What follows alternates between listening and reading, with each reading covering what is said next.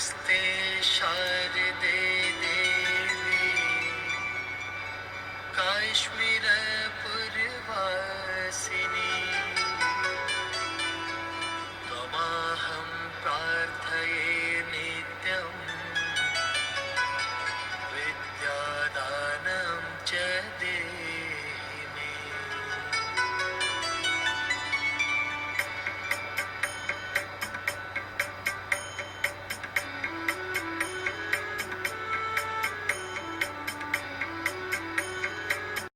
This is Vidya Bhushundar from the Maple Land, Canada. Namaskar to all my brothers and sisters across the globe who are watching me and my panel of speakers to commemorate one more Martyrs Day in exile. I will admit one more gentleman here. I think we are all in quorum now.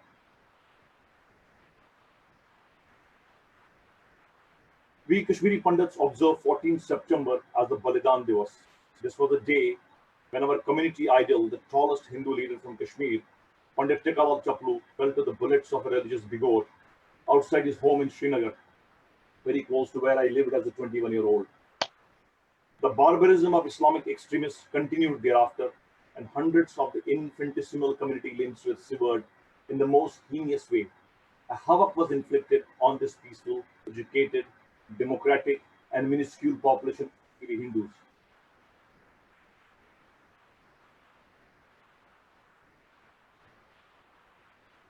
Their continued jihad eventually led to the forced exodus of the original aborigines of the valley, the Kashmiri Hindus. The day, 14th September, is the day of remembering the martyrs, known, unknown, sung, unsung, and anonymous. My young friends on the panel and all those who are listening to this conversation, that we should not have an iota of doubt that our community of Kashmiri Pandits would have been extinct, but we were saved by the martyrdom of many brave men and women, boys and girls. Our martyrs continue to inspire us even after 30 long years we have passed in exile in different parts of the world, in different parts of India. They inspired us to live a dignified life and continue our struggle to regain our lost native land, land of rishis, the Rishwar Kashmir. Pandit Tikalal Chaplu was not the only Pandit to be brutally murdered by the fanatic believed to be a local boy of the vicinity. In fact, he was the first popular leader of the community who was killed.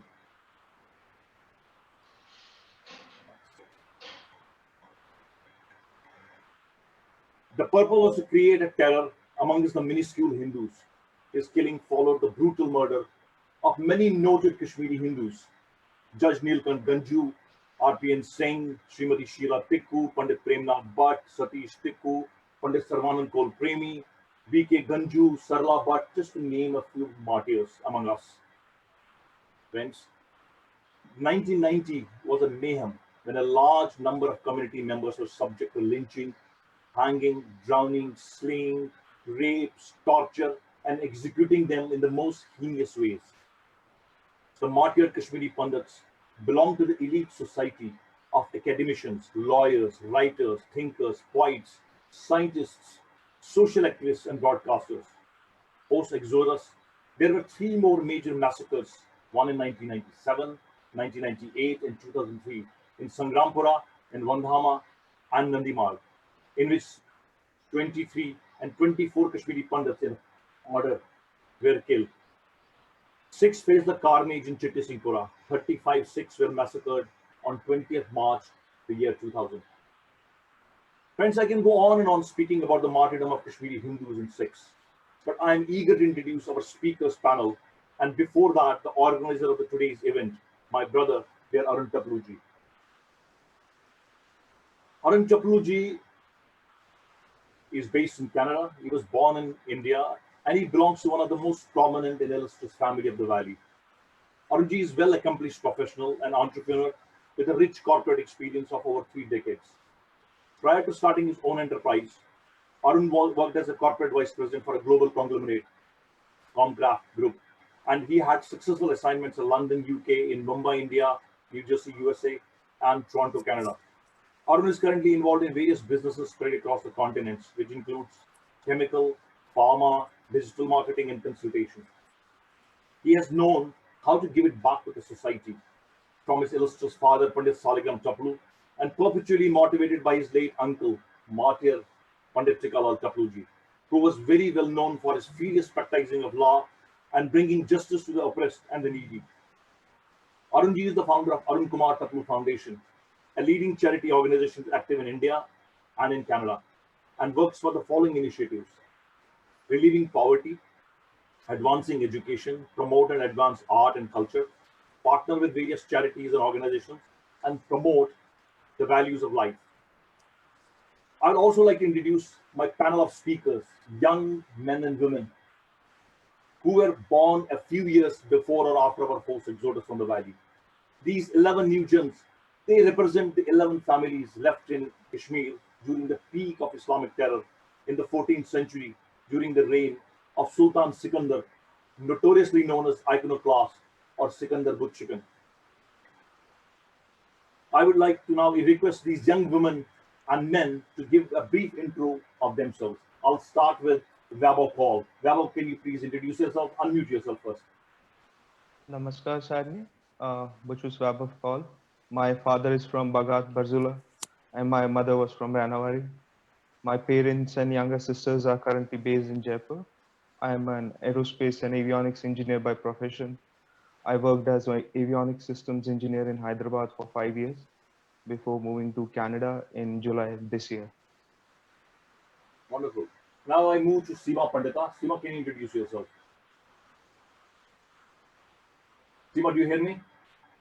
Yes, hi, good morning everyone. My name is Seema Rajput. I'm a retired major from Indian Army. I served almost 10 years and my last posting was Srinagar Badami Bagh cantonment. I stayed almost 3 years over there. So after completion of my tenure in 2015, I moved here in Canada in 2016. And now I'm working as a medical administrator here and my profession is nursing officer being in Army. So Welcome. Thank you. Amit Ban, can you unmute yourself and introduce yourself to the panel and the world over? Good morning, everyone, and good evening. My name is Amit Ban. I work as an IT consultant in Toronto for Manlife Financial for last 6 years, and I come from Ganderbal, Kashmir, Laduna, near the foothills of Mata Kirwani. Thank you. Namaskar. Arvind ji, can you please introduce yourself? Unmute yourself first. Arvind Razdan. Namaskar, Sarni. My name is Arvind Razdan. I was born in Srinagar. My family migrated, like most of us, on January 19th, 1990. I've done my master's in engineering from India and have been in Canada from past 6 years working in an IT consulting company. Thank you, Arvind. Next on the panel is Himalay Sumili. Himalay, can you introduce yourself? Namaskar, मेरा नाम Himalaya, which was basically as a family. My own introduction चाहिए कि we have faced 2 exoduses. Basically, I hail from Sumbal, small village in Baramulla district, wherein my grandfather got displaced because of religious persecution in 1947, and we moved to Srinagar, and after Srinagar to Jammu in 1990. And I am a IT guy and an entrepreneur, and from last 2 years I'm here in Canada, and I have been like for last 30 years a hardcore Panun Kashmir activist, and that's pretty much it. Thank you, Himalay. Next on the panel is Pankaj Rana. Pankaj, can you unmute yourself? Namaskar, Mara Sadni. मैं नाम Pankaj Raina. I hail from Ranawari, Kashmir, Bagh Jogi Lankar Sathwanan. I was born in Kashmir in 1984, just around the Sikh riots and all those things happening in India at that time. And in 1990, my family migrated from Kashmir to Delhi. We left Kashmir very late in April when everybody was kind of leaving in January. My father was still a believer that things will change around after January, which did not. So unfortunately, we moved to Delhi, and I've been in Canada now for like last 6 years. I'm an engineer by profession. I've done my master's also in Canada and have been living in Canada for the last 6 years. Thank you, Pankaj ji. Next on the panel is Neha Misri. Neha, namaskar. Can you please introduce you to the panel, please? Namaskar everyone. I'm Neha Misri. My dad is actually was born in Zondar Mohalla in Kanyakadar in Srinagar, and they all moved from Srinagar to Jammu in '89 actually. Well, from '87, they kept going to Jammu during the winters, and then in '89, that's where they permanently moved. For me personally, my dad is Kashmiri. I'm actually brought up in Mauritius, and I'm in accounting and finance background, and I moved to Canada 9 years back. Thank you, Neha. Next on the panel is Puneet Pandita. Puneet ji, namaskar. Can you unmute yourself, please? Namaskar, everyone. I'm Puneet Pandita. I actually hail from a village near a famous picnic spot, Kokarnag, Anantnag. I'm an engineer by education, and I'm a business professional working in Toronto for last 6 months. Thank you, Puneet. And prior to Go ahead. being in Toronto, I was in Pune for last 10 years. Thank you. Next on the panel is Arjun Veer Kolchak. Arjun, please unmute yourself and introduce yourself. Hi, Namaskar. I'm Arjun Veer Kolchak. I've actually recently immigrated to Canada, and I'm actually a law graduate. And my family is currently in Lucknow. And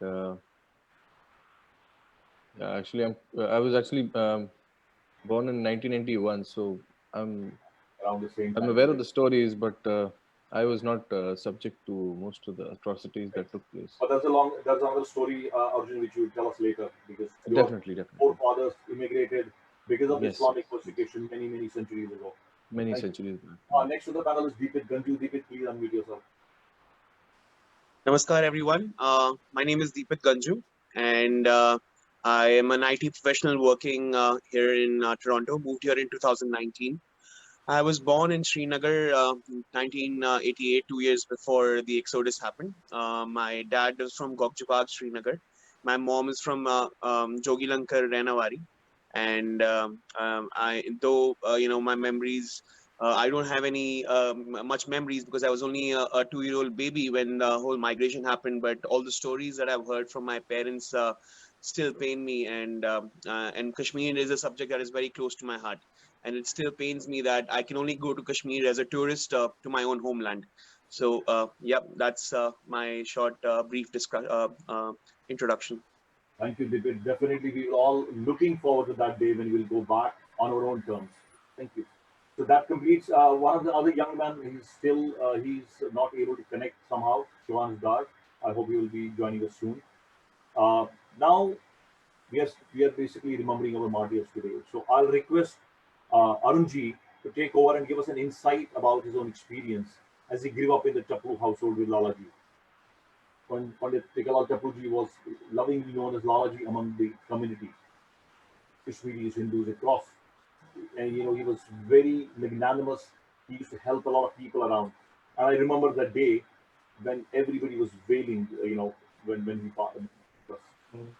His uncle, a great influencer in his life for Arunji, he was the eldest child in the Chappu family. Arunji, I'll request you to light a diya in the fondest memory of Lalaji.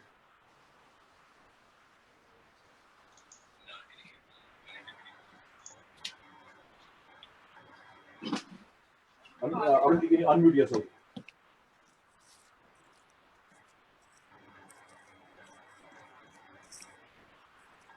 Namaskar to everybody. Can everybody hear me clearly? Yes. Okay.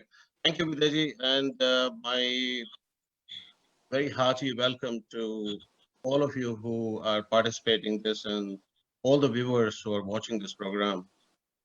To begin with, may I request everyone to mark a 30-second silence in the memory of all the Kashmiri Pandits who lost their lives, making this day our Balidan Divas for all of us. Now I'm going to light a diya just in the making this moment our moment of silence. So we can begin now.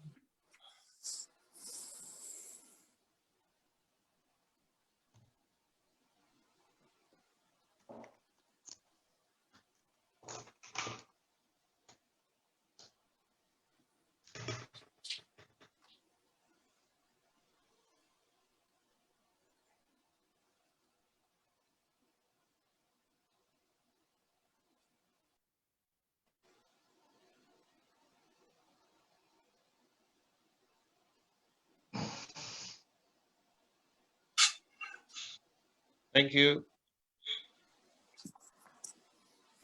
Thank you very much, Vidaji, again, for pretty much putting together everything around this event.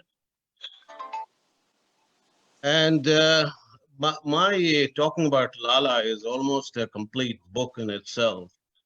What can I say about my uncle? To sum it up, what I'm going to do really is to give you a full perspective of my sort of experiences with him as I was growing up in my household, so that you have a proper idea of what a towering personality he was. I like to start by reading some of the selected quotes and the expressions made in public for my Lalaji. As I quote, lost a friend, a guide, and a zealous party worker by late Honorable Prime Minister of India, Sri Atal Bihari Vajpayee.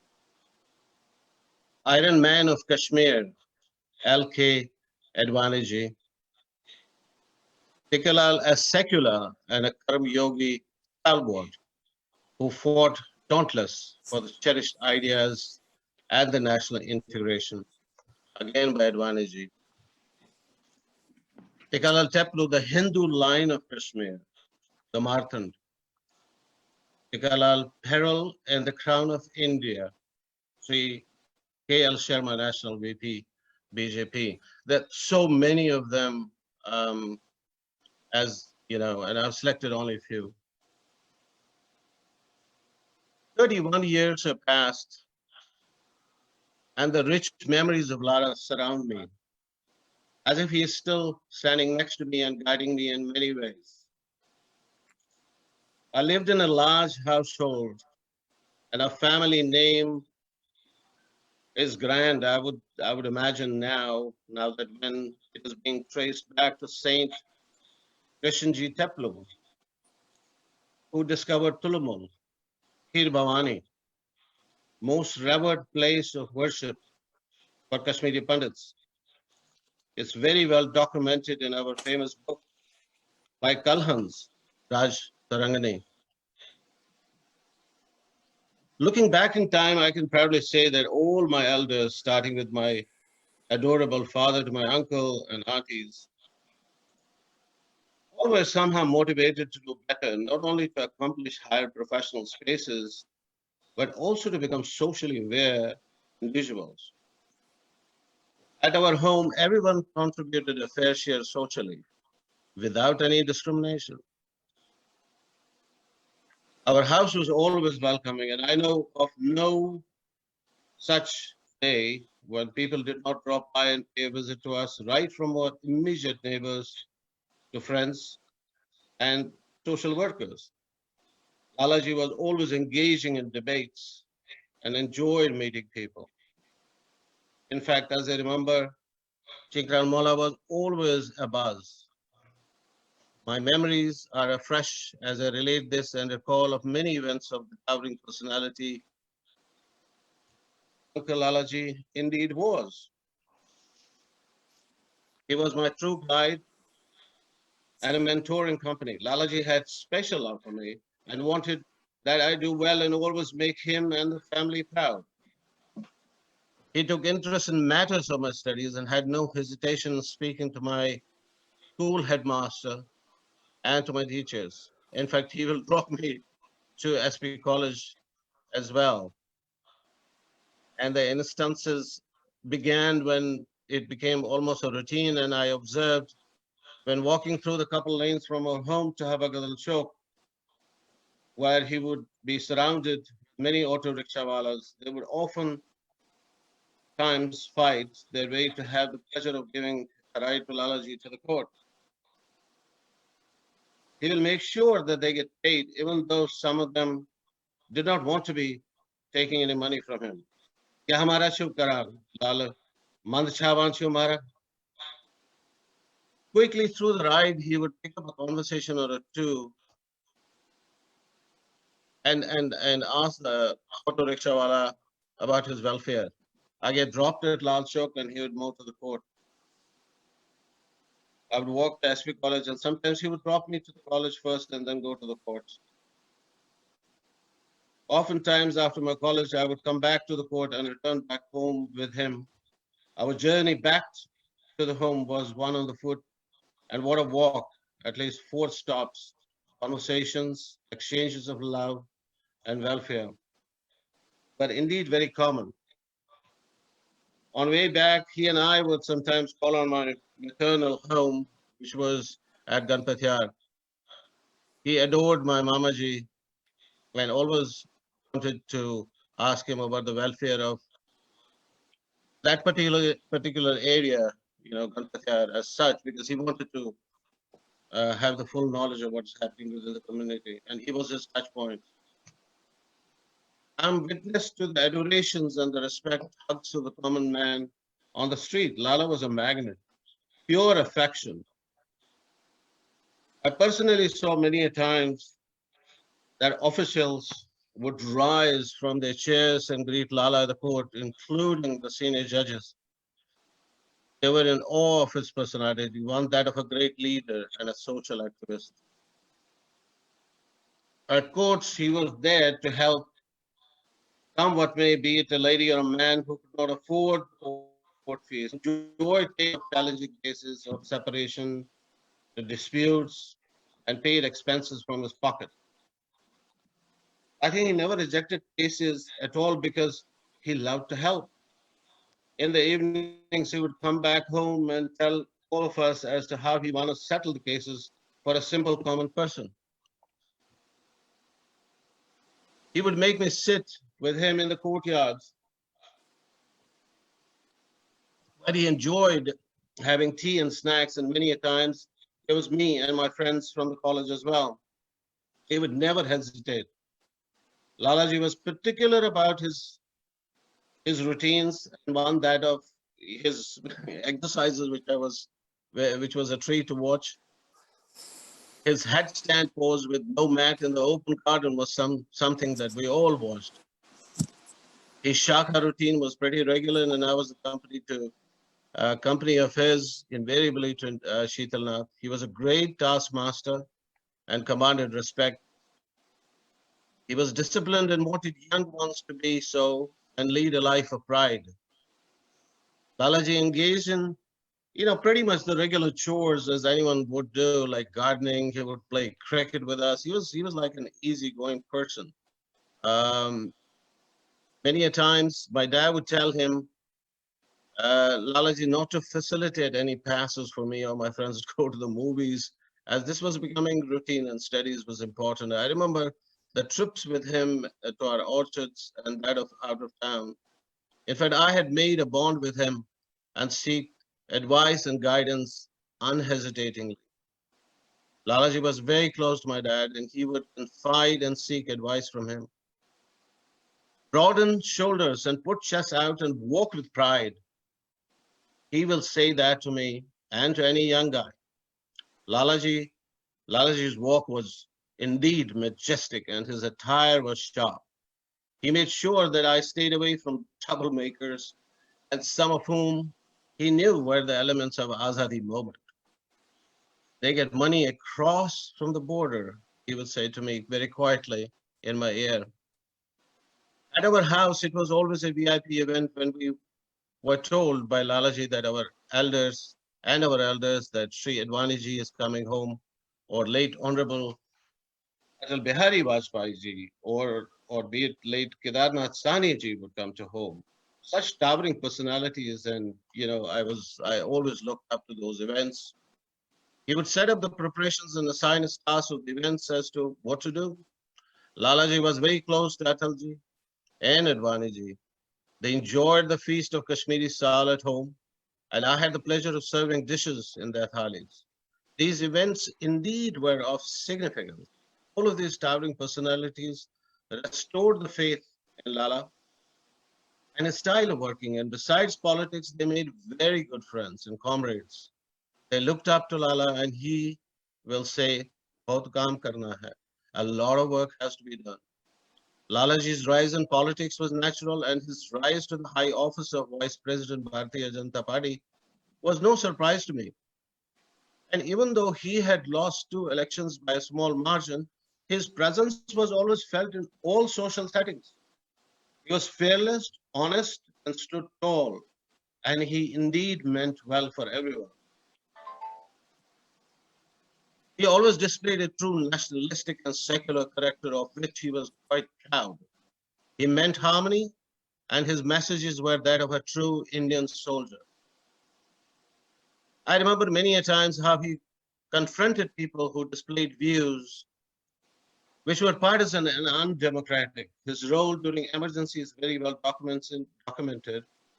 I do remember about the meetings held to plan and resist during the emergency. And he would oftentimes change his attire from one dress to another. And I clearly remember the one where I was present, where he was given a farran and tarang to wear in my Matamal. Those were dreaded times, and he played the leadership role in this agitation, and courting arrest was normal for him. Courting arrest in many instances in his lifetime was brutally unjust, and staying in jail for months with his fellow colleagues was indeed courageous. He took stones on his chest while during famous speech at Lal Chowk, where Sri Vajpayee ji was present, and along with other dignitaries. He will resist any bad action like an Iron Man will do. Come on, kill me, he will say. There was so much of desire he had for our community to do well, both socially and economically. And I very, very clearly remember all his speeches. And one of which inspired me the most, which was at Habakadal, where he said to all Pandits to wake up, and that waking up late will be too late. And he welled up. Tears rolled down his eyes. And I was simply wondering, while looking at him, as to why he should be so emotional. After all, he is such a tall leader. Why should he show his weak side? Now I know it was his deep emotional self, and he was trying to convince all Pandits to be together and making them understand that marching together was a sign of strength. Do not let yourself be divided, he would say so many times, and he knew some were being influenced negatively. He used to tell me, why some Pandits get bought so easily? Yaman kya karo? Yaman kitpat hachna? Hikri shumnatara. Lalaji lost the elections by a small margin of 600 votes or so. On my long walk from Shali store became deeply conversational with Karyakartas. He was not only torn apart, but he did show his frustrations with so many of us at home. Kya kar sakte hain? I'm doing my best, so be it. And indeed, we were all sad. I was able to watch him in his lonely self sometimes. And of course, he will not show it openly to anyone. So I asked him, what's up, Lalaji? He will say, working on my next plans. But I knew that it was the loss of election. He was so clear in his vision. And he would say how Pandits should be in business. While walking with him, sometimes he would sit with friends who owned shops, like a liquor shop or a famous ones owned by Kak Sahibs, pharmacies owned by Dilip Walis and others. I would sit besides with him and listen him talk to them. Lala was there always correcting the mindset of people, and that's what I saw very clearly of him. He was very good at that and very logical. Why should we not open up more businesses? He knew this. This was another way to create a power group and lobby the cause. He was against anyone making mockeries of anyone's profession. I remember 2 young people who had opened up an auto repair shop at Karanagar, and he was quite proud. He would come and visit with them. In fact, I would take my uncle's Lamreta scooter to be repaired by them, and I was myself indeed very proud of them. I never looked down upon their profession. During the later part of 90s, there were a lot of rumors about freedom. And the rumors were becoming increasingly loud, and Lalaji did understand that there was something not right. But he condemned anyone and everyone who would resist the voice for freedom. He used to give short speeches expressing himself fearlessly and, more importantly, convincingly. There was something different in 1989 between February to September. Lala was away to Delhi for a legal case and he came back to Kashmir, leaving behind his family in Delhi. He was at home and all seemed well until on the fateful day of 14th of September. He was jovial and at his best spirits. Lalaji's morning was pretty normal and had his usual puja of Ma Durga. Put up a nice tikka as usual. He had his light meals, conversations with my sister, was very happy as usual. Had a conversation with my dad as well. He actually asked my mom, as he would just pretty much normally will ask, Pyari, kya ijazat? Do I have your permission?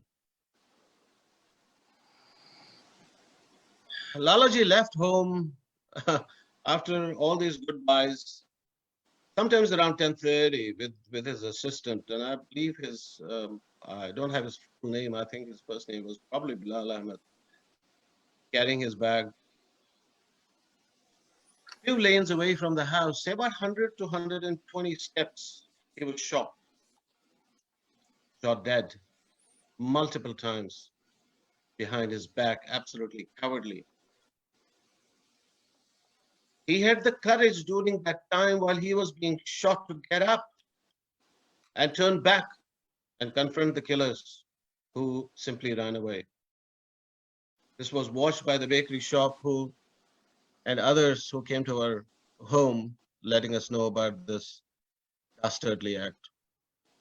I just landed from Mumbai, from London, UK on 12th midnight, where I was based, and had plans to come to the valley anyway. And when this news broke, it just tore me apart. I just got my tickets done through a friend of mine on board. Surprisingly, I had a company of Mr. Alak Padamsi, Sharon Prabhakar, and exchanged concerns about the valley. They were in grief with me by the time we reached Delhi. And the same flight was boarded by Sri L.K. Advaniji, Sri Kedarnath Saniji, and my auntie, Sarla Mami, and by my brothers from Delhi to move to Srinagar. What an arrival at Srinagar airport. A lot of commotion.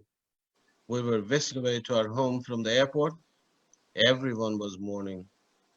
I was simply shocked to see my dearest Lalaji's body laying at home, almost tearing my soul.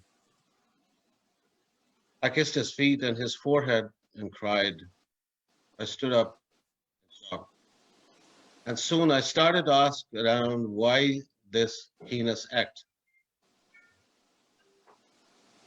I saw Farooq Abdullah and Parallel Hindu drop by, along with other officials at home. Not too many people liked their presence.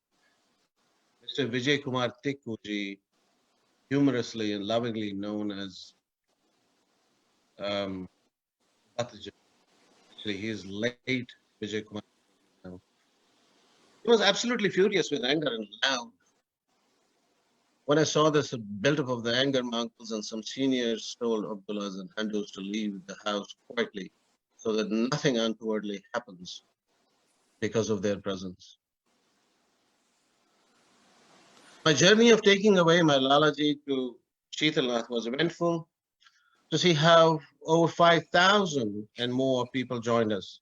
Alongside the Pandits, there were Muslims, women, kids, young and old, and everyone wanting to pay their respect.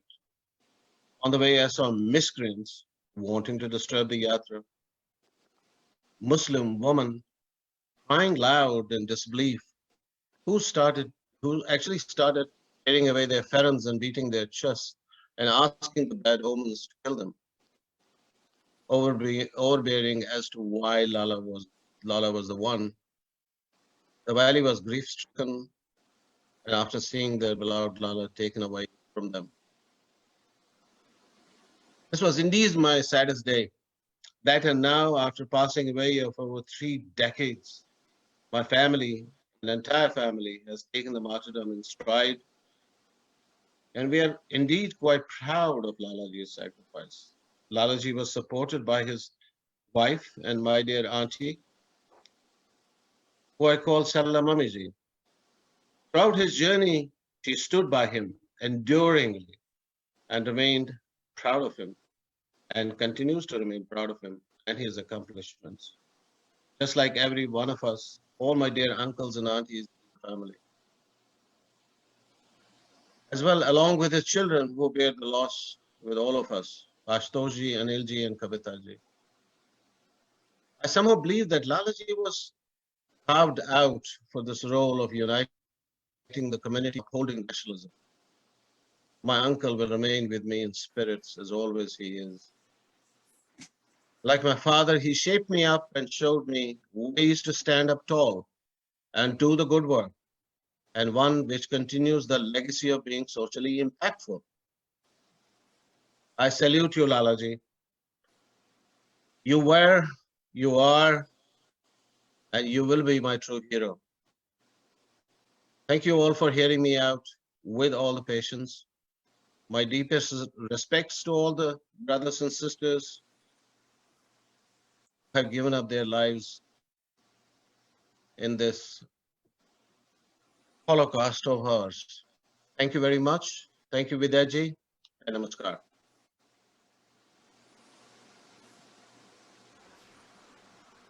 Thank you, Aranjeet, for walking us all with the memory lane. And I want to share with you all, with our young speakers, that I was a member of Rashtriya Swayamsevak Sangathan, also known as RSS, from my middle school days.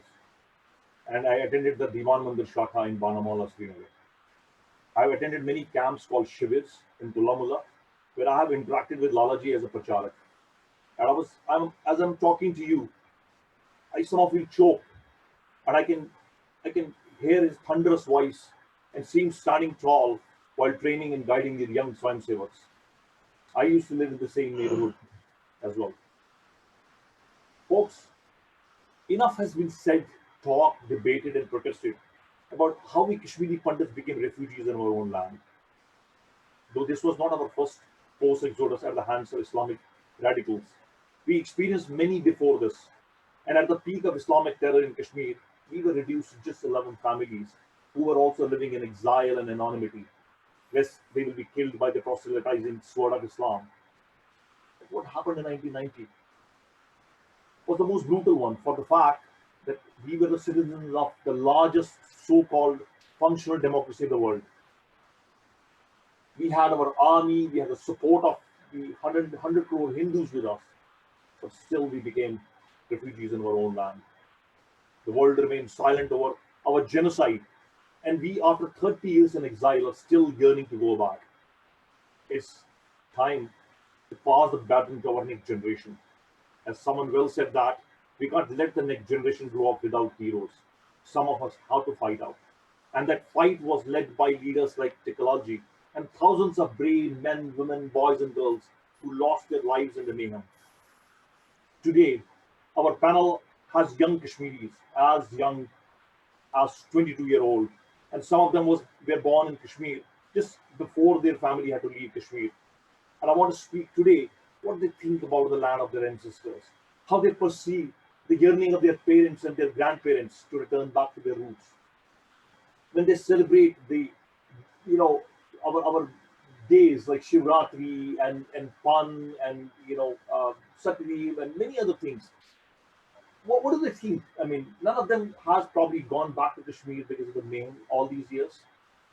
So I'll start in alphabetic order, and I hope Shivan hasn't been able to join yet. So I will start the panel discussion with our young people. One full generation has passed away. My grandparents have passed away. We are the next generation who are, going towards that end, and we hope that in my lifetime we will be able to go back to our Kashmir. And now I will start with Amit Ban. Amit, can you please unmute yourself and switch on your? Vidyaji, sorry to interrupt. This is Arvind here. Shivans has joined. So, Shivansh has joined. So yeah, Shivansh, yeah. can you please introduce yourself, unmute yourself and put on your video. You hear me? Yeah, we can hear you. Go ahead, introduce yourself. Sure. So my name is Shivansh Dar. I'm the son of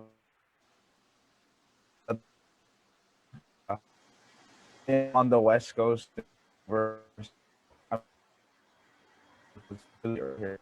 I'm 22. I suppose I'm the youngest panelist here. I'm still a student studying at the University of. Yeah. Can you hear me? Yeah, we can hear you. Go ahead. Yeah. So I'm the son of the panelist, Vidyadhar. I'm still a student studying at the University of Waterloo, currently doing computer science. I've done a few internships at companies like Google, Facebook, and Snapchat.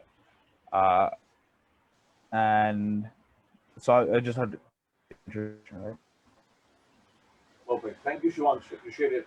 So I will ask Amit Ban to take the dice. So they take the mic and tell us what does he think about being a Kashmiri, and what does he think about all this mayhem we are basically fighting since last 30 years and getting to go back.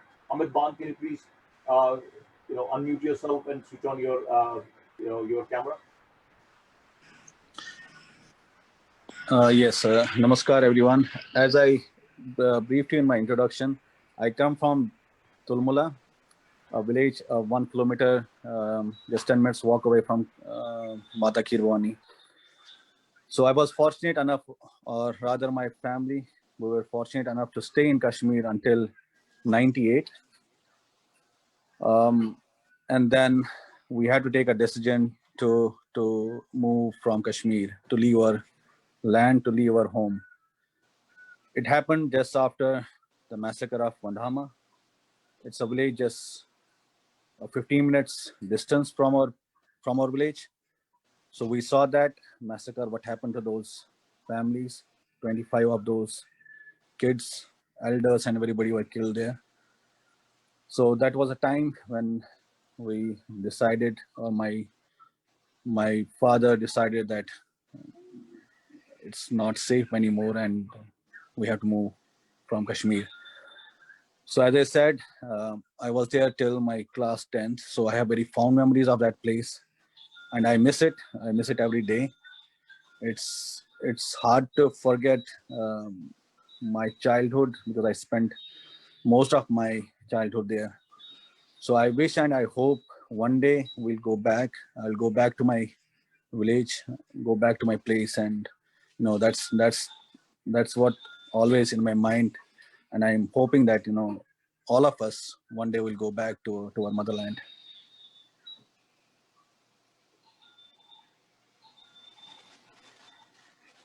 Yeah, that's pretty much I can share my experience of my family. Amit, do you have any fond memories of Kashmir? How old were you when you left Kashmir? I was 15 years old when we left Kashmir, Vidyaji.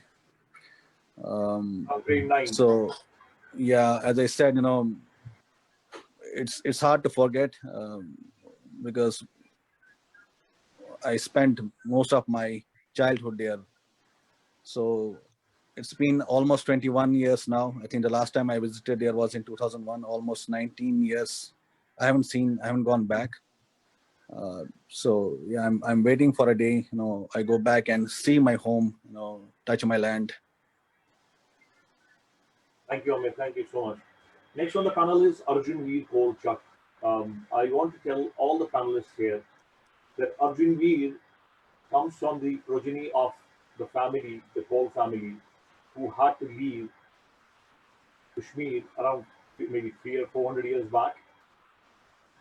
And that was because, the continued, ours is not a genocide of just 1990. Ours is the only continued genocide in the world. 1990 was the seventh exodus at the hands of the same ideology, at the hands of the same modus operandi. We were given only three options: relieve, you or get in. And probably exactly Arjun's family had to endure the same kind of a scenario maybe 300 years back. So Arjun, unmute yourself and share your thoughts. What do you think about Kashmir? And how do you see us going back? From what actually in my case, fortunately, I'm sorry. Can you guys hear me? Reason I'm not being able to hear anything. Yeah, we can hear you. Go ahead. Oh yeah, hi. So fortunately, I was not subject to any of these atrocities, nor also my family. But from it's just that people in the plains knew about these atrocities. They would actually talk about them. They would actually relate to it. And the fact that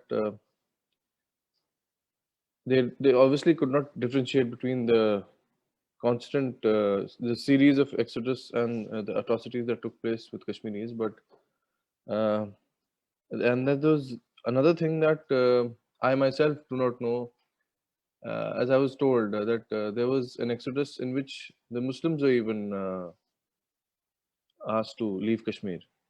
So the title that we use, Chak, it's I think it comes from the ruler Ghazi Khan Chak, the kingsman in his court, and so I'm not even sure if we were Hindu or we were practicing Islam. But of course, now that we've settled in the plains and we are thing, and this has always been there.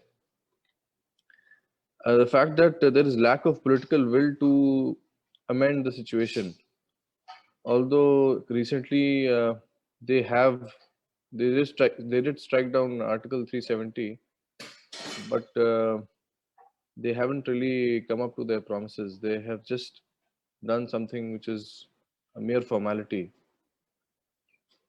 And I have never been able to visit, thinking that I always wish that we could always visit our homeland. Like I can see that in my mother's eyes. She always wanted that to happen. Like even my father, he's like, we wish we could visit our homeland once. My nana was in the army, and he was posted there at one point of time. And he did tell me tales. He is sadly no more. May his soul rest in peace. He did mention about instances of residing in Kashmir and how pretty it was. And yeah, I would definitely want to visit our homeland, our original homeland. Thanks a lot. For the brief, yearning and your love for Kashmir. So I just want to answer your question because the Chak, which is basically it comes from a Muslim rural family. As a matter of fact, I'm a student of history myself. So what has happened in Kashmir? I mean, after the 13th century, when the first Muslim settlement came in Kashmir, there are many Hindus, who still carry the Muslim names due to the reason that they were working for some. So there are sultans, there are misris, probably somebody who was working in Egypt called Misr, and then there are Salmans and Khans. So this was basically not because they were like Muslims or reconverted Muslims. These were those Hindus who were identified because they worked for some Muslim ruler or something like that. So that's one part of it. The second part, what you said basically was that the Muslim had to. I don't recall any of those incidents in the history of Kashmir that Muslims were basically asked to leave. So as I said in the beginning of the discussion, that there was a time at the peak of Islamic insurgency during Sultan Sikandar's rule in Kashmir. Yes. Kashmiri Hindus were reduced to 11 families. And then after that, there were times when Kashmiri Hindus came back to the valley, and today's 500,000 diaspora of Kashmiri Hindus all around the globe are basically the progeny of those 11 families.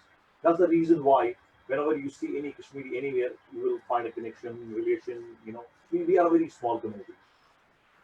So thank you, Arjun, for that piece of history, related to your family, and I hope our next generation, goes back to Kashmir soon and not basically talk about how it happened to our forefathers.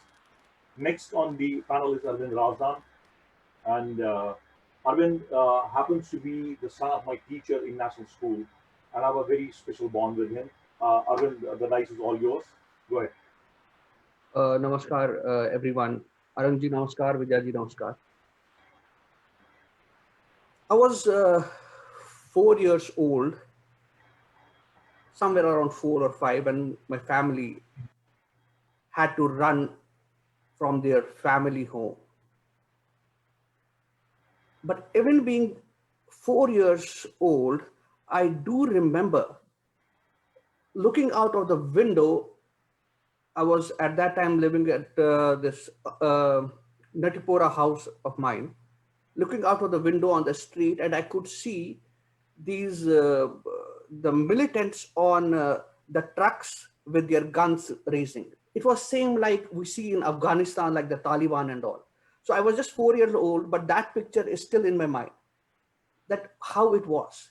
And the next picture is my maternal uncle coming to our Srinagar home, and they were writing H on every single item that we took with us. Those items were shipped to Jammu on 18th January in a truck, and we moved on the early morning hours of 19th January 1990.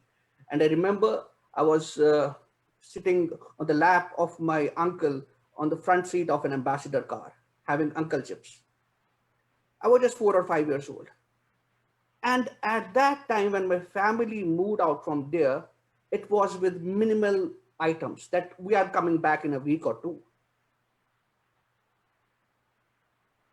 But those 2 weeks turned out to be, I would say, almost 2 generations now. So with me, it was not, there was no direct, I could see, relate to myself.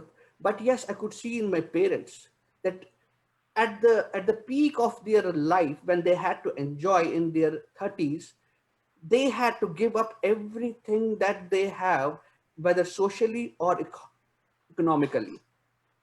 Whatever they have put together for themselves, whatever their plans were, they had to move out and live in Jammu, to a rented place or with some relative, without knowing anything what is going to happen. My father, he was not a government employee, he was working in private, as Vidyaji told, he was in national school.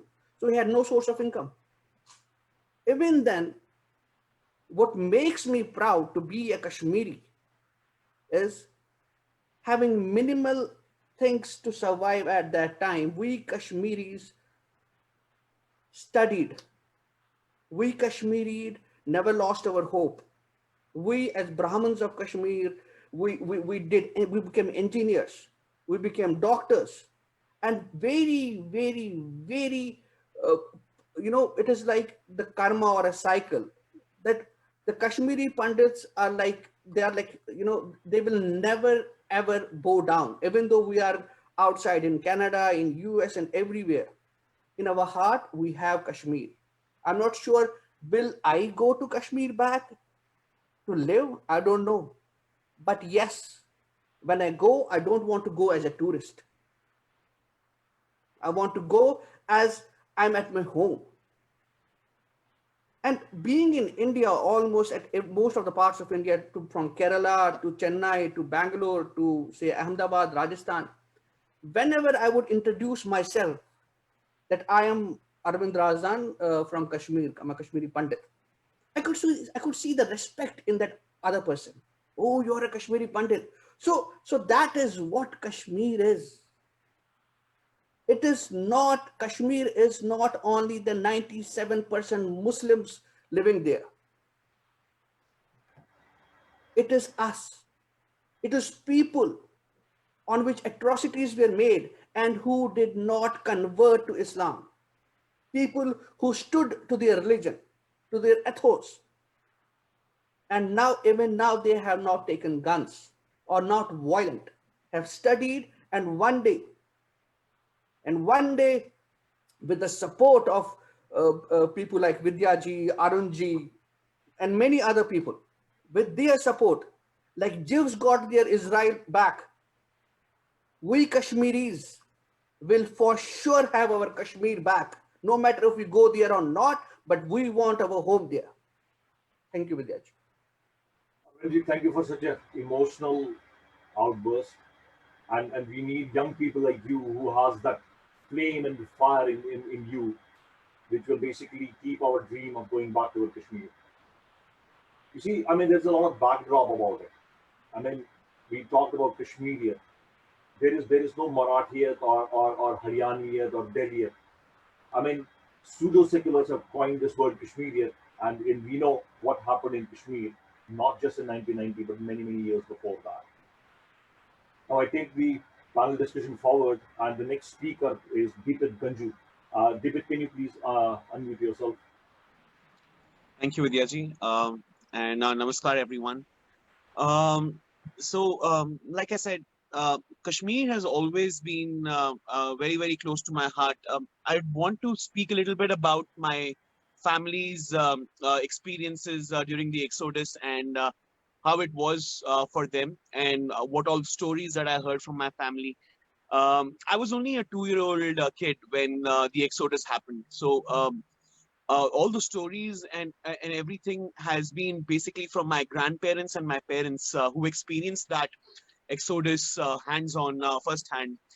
And my Nanaji and my Nani had recently built their new home in Renawari. It was just 1 year old before. It was just 1 year before they had finally moved into their new homes, made with so much love and so much hard work.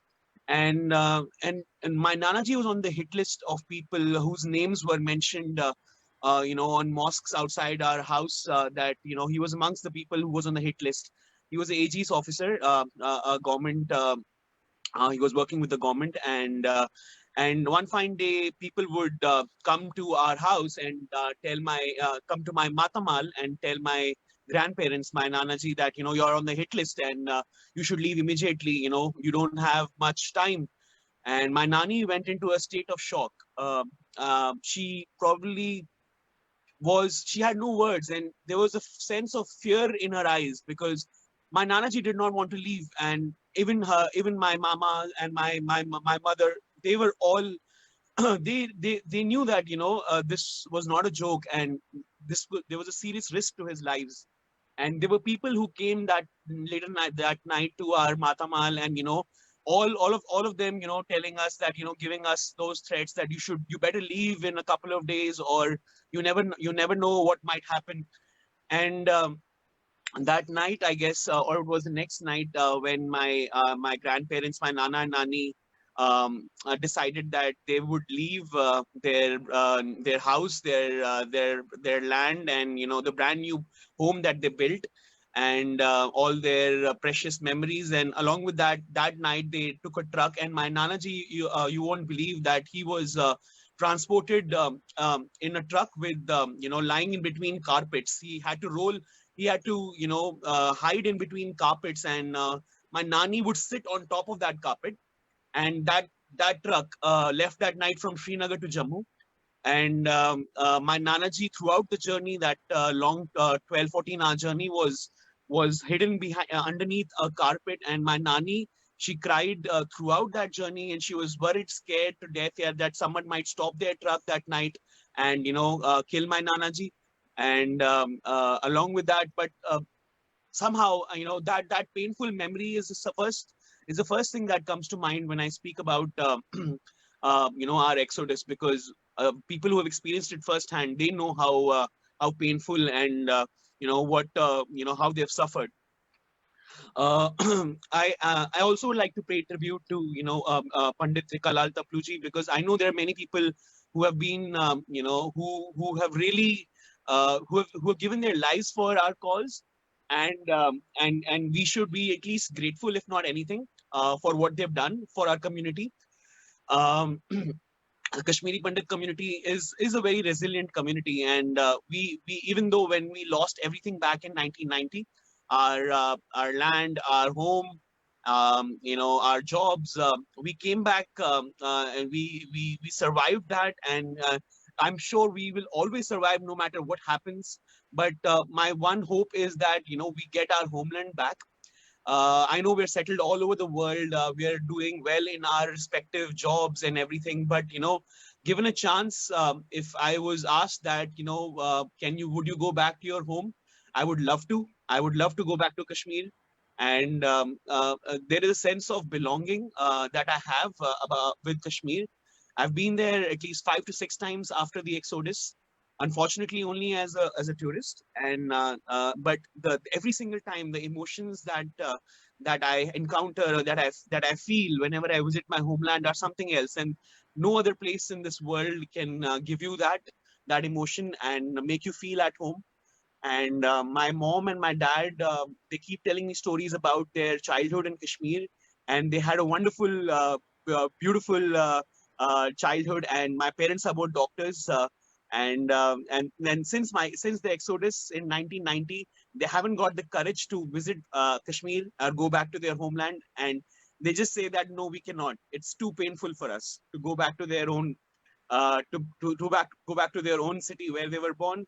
And I would love to take them someday. It's my hope that someday I will take my parents back to Kashmir and make them visit all the places that they had fond memories at, their childhood home, our place in Gobjabag, and our home which I visited in 2017, and it has completely changed. There is no, like I said, everything has changed back now. But still, I would love to take my parents back and this time hopefully for good. And my grandpage, my Nanaji, I would love to take him to his home that he had built, where he got to stay only for 1 year.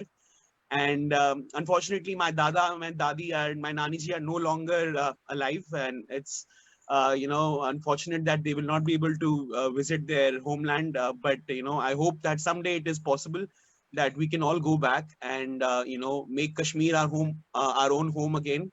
And just hope that things improve. That's it. Yeah. Thank you so much, David. Thank you so much, David. Really appreciate your thoughts and your connect with Kashmir. So the next on the panel is Himalay Sumli. Himalay, can you unmute yourself? Himalay is the son of one of our great leaders, Dr. Agni Shetterji, who has been relentlessly, fighting for our cause of Pannu Kashmir. So Himalay, the dice is all yours. Please share your thoughts. Thank you so much, Vidyaji, for such a humbling introduction. And first thing first, at the outset, I think I should begin with thanking Indo-Canadian Kashmir Forum, Shri Arun Tapluji, KOAC, KP Australia, Panun Kashmir, and Youth for Panun Kashmir for making this event possible, and everybody is listening to us right now. So, I mean, this event in itself is, as we say in English, like one of its kind. And why I said like it's one of its kind, because I got a call from Vidyaji, Vidya Bhushandarji. Me basan do bronta aw me phone yun dopok he told me ki Himalay ash kya karon matlab ye US and Canada's mas Martyrs test to when do panda do. And I was like myself on it, and then we both made a group, WhatsApp group. We coordinated with all the activists, all the Kashmiri Pandit youngsters, and जिनको आप अभी तक सुन रहे थे. And then Vidyaji gave a very beautiful idea that we will have 11 Kashmiri Pandit participants, youth participants, and that would represent basically, and as you know, like in one point in time in history of Kashmir, during the reign of Afghan rule, and during the reign of the iconoclast from Kashmir, Sikandar Butt-Shikand, only 11 families were left in Kashmir. Imagine, अगर हम कहते हैं कि आज हम 10 लाख कश्मीरी पंडित हैं या 10 लाख से ज्यादा हैं, तो एक समय वो भी था, मेरे ख्याल ज्यादा टाइम पहले नहीं, शायद 200 या 300 साल पहले, कश्मीर में सिर्फ 11 कश्मीरी पंडित घर थे, और उसी पर एक कहावत भी है कश्मीरी में कि तेल मार रहा है कहन गाँव। तो उन 11 फैमिलीज से अगर हम आज 10 लाख है, तो हम 10 लाख से 2 करोड़ भी हो जाएंगे, 2 करोड़ से 10 करोड़ भी हो जाएंगे, और फिर हम पनुन कश्मीर जाएंगे, जो कि हमारा फाइनल डेस्टिनेशन है। तो अपनी बात को आगे बढ़ाते हुए 14 सितंबर अमर सेनानी शहीद टिकलाल टपलू जी के याद में हम लोग इसको कमेमोरेट करते हैं। He was a great BJP leader, great lawyer. I mean, one of the tallest figures from Kashmir we have, as far as the Kashmiri Pandit community is concerned. उनका जो martyrdom था, it was like supreme for us. But at the same time, we should know, I mean, you all here are like, most of us are, I mean, apart from Arunji himself and Vidyaji himself, we are all youngsters here. So we should know, like, there have been so many unidentified killings in Kashmir, massacres in Kashmir. And that is even before when Tiklal Taplu ji की शहादत हुई कश्मीर में, उससे पहले कुछ prominent name तो हम जानते ही हैं, जैसे जस्टिस नीलकंठ गंजू जी थे, सतीश तिक्कू जी थे, गिरजा रैना जी थी, सरला भट्ट थे, सर्वानंद प्रेमी जी थे, और मुझे वो डिटेल्स में जाने की जरूरत नहीं, आप सब लोग जानते हैं कि what happened with them, how they were like brutally killed and in cold murder. But I thought like I should today reveal some names for you. I mean, in case you guys don't know, like most of us are here like young participants. So, and if you guys want to make a note of this, you should please go ahead with that, because I'm going to reveal some names that I have like researched from last 5 to 6 months, and they are like they're like kind of unsung, kind of very unknown, and they died the martyrdom in isolation. तो एक priest थे from विचार नाग temple, जो लोग कश्मीर में, जो youngsters Kashmir में हमारे एक्सोडस से पहले पैदा हुए, उनको पता होगा विचार नाग मंदिर था सोवरा मेडिकल के पास. तो वहां पर एक priest थे, उनका नाम था केशवनाथ पंडित. He was basically killed, assassinated by his own security guard. I don't know how many of you know this thing. And what was the problem?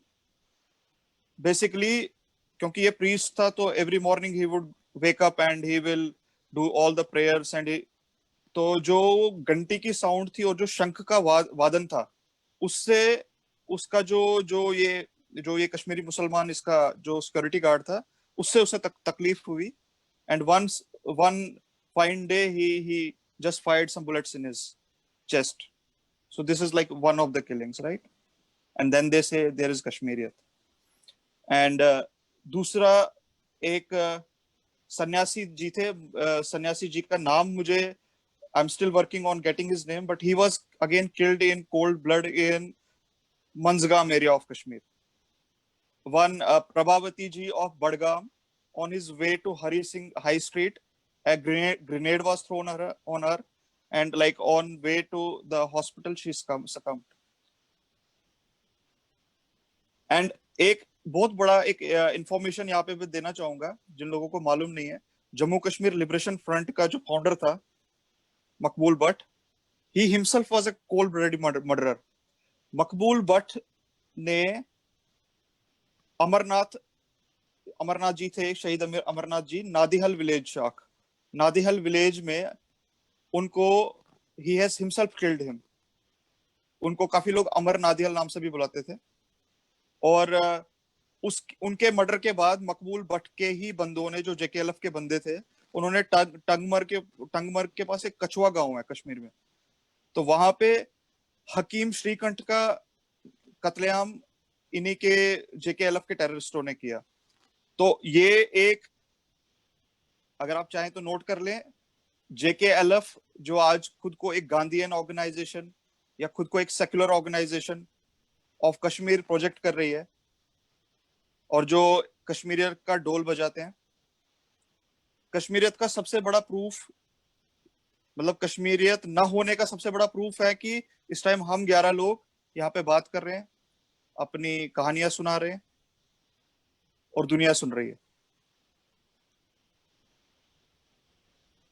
I mean, coming back to the Taplu Saab's martyrdom, I think I don't need to tell you much because Arunji already, and we already saw the PPT and everything. But let us remember this thing, that the procession, the last rites, the procession unka nikla Taplu Saab ka. I mean, that was the last pro-India procession in Valley, in Kashmir Valley, of that magnitude. Over 2,000 Kashmiri Pandits joined that procession. So symbolically, this day is our Kashmiri Hindu Martyrs Day. और मैं पिछले 30 साल से 31 साल से Panun Kashmir organisation, जो कि हर कश्मीरी पंडित जानता है, उसके साथ जुड़ा रहा. कैंप्स में हम लोगों ने काम किया, जो जम्मू में एक्टिविज्म था, दिल्ली में एक्टिविज्म था, यूथ फॉर पनून कश्मीर के बैनर के अंडर काम किया. और पनून कश्मीर ने, it was the first organization, and credit goes to Dr. Agnishekhar for including 14th September, जिसको हम बलिदान दिवस कहते हैं, कश्मीरी हिंदू बलिदान दिवस. इसको जो हमारा जो एल्मनैक है, our Kashmiri native almanac, that we, जिसको हम कश्मीरी कहते हैं नेजपथर या जंथरी जिसको बोलते हैं. तो you can find there 14th September is mentioned there as Balidan Divas, Kashmiri Hindu Balidan Divas. And not only that, as an organization, Panun Kashmir, we also made sure that Holocaust Day, 19 January 1990, that we commemorate as Holocaust Day, is also introduced into the almanacs.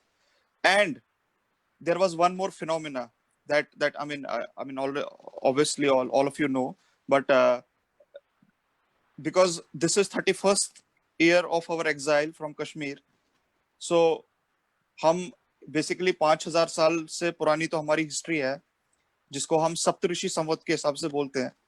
I mean, as per the Christian calendar, we are in 2020, right? But as per our own, which we should be very proud of, like as per our own native Kashmiri calendar, we are in 5096. And then we just added one more thing to this. Post 1990, which is basically not our first exodus, it is our 7th exodus. Post 1990 till 2020, right? So already we are into the 31st year of exile.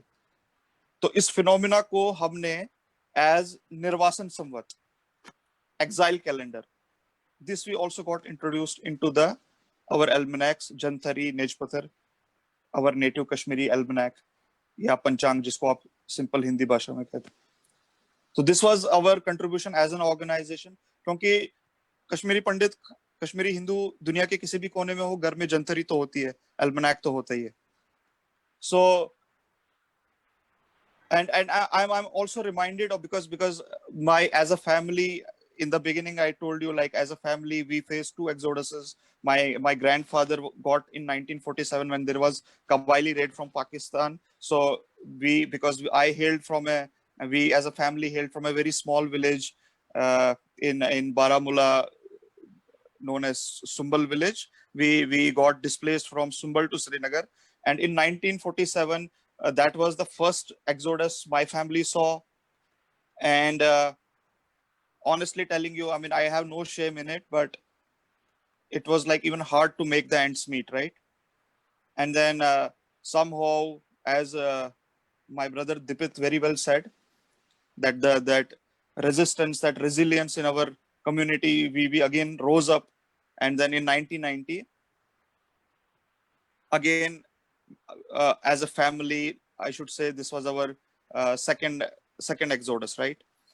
So I'm reminded because in Srinagar we used to live at Sathu Barbar Shah, and there was one cobbler, एक मोची था वहाँ पे, अशोक कुमार नाम से. I mean, he was not even spared. This is again, I'm making these names like public, today because I want to make sure जो ये false narratives Kashmir से आ रहे हैं, false propagandas आ रहे हैं कि नहीं भाई आपका तो कोई genocide हुआ ही नहीं, ये तो migration थी, ये तो जगमोहन ने किया. So we have to smash this. This false narrative has to be smashed by not only Himalay Sumbli, but all the youngsters here. जैसे विद्या जी का जो सपूत इस टाइम हमारे साथ है, he is, I mean, I think the most youngest guy here. So I mean, people who are even younger to him should know these notions, like with these false narratives, propagandas that are being like generated from Valley, and they are propagating, and they are like, as you know, like there is a saying, repeat a lie 100 times till the time it becomes truth. Repeat a distortion, repeat a propaganda 100 times so that it becomes a truth. So this is how they how our enemy behaves. And let me tell you very spontaneously, I was reading an article yesterday. तो एक उसमें से मैंने एक छोटा सा वो quotation पढ़ी, बड़ी अच्छी quotation थी वो. So what happens, and I related that to our community and to our oppressor or our the community that made us, forced us into exile, Kashmiri Muslims. So imagine एक example देता हूँ आपके लिए, हो सकता है कि आपको ये काफी interesting लगे. A burglar, a guy breaks into your house, right? And he wants to steal something. In the process, he hurts himself. He starts bleeding, right? And you catch him. And he says, look, buddy, I got hurt too. I am bleeding myself. So I am a victim too. And I understand because I was here to rob you off. So you too are a victim. So I am a victim. I am a sufferer because in the process of stealing, I hurt myself. And you are a sufferer too. So we are brothers. So this is the narrative they give us to, right? Kashmiri Muslims tell us.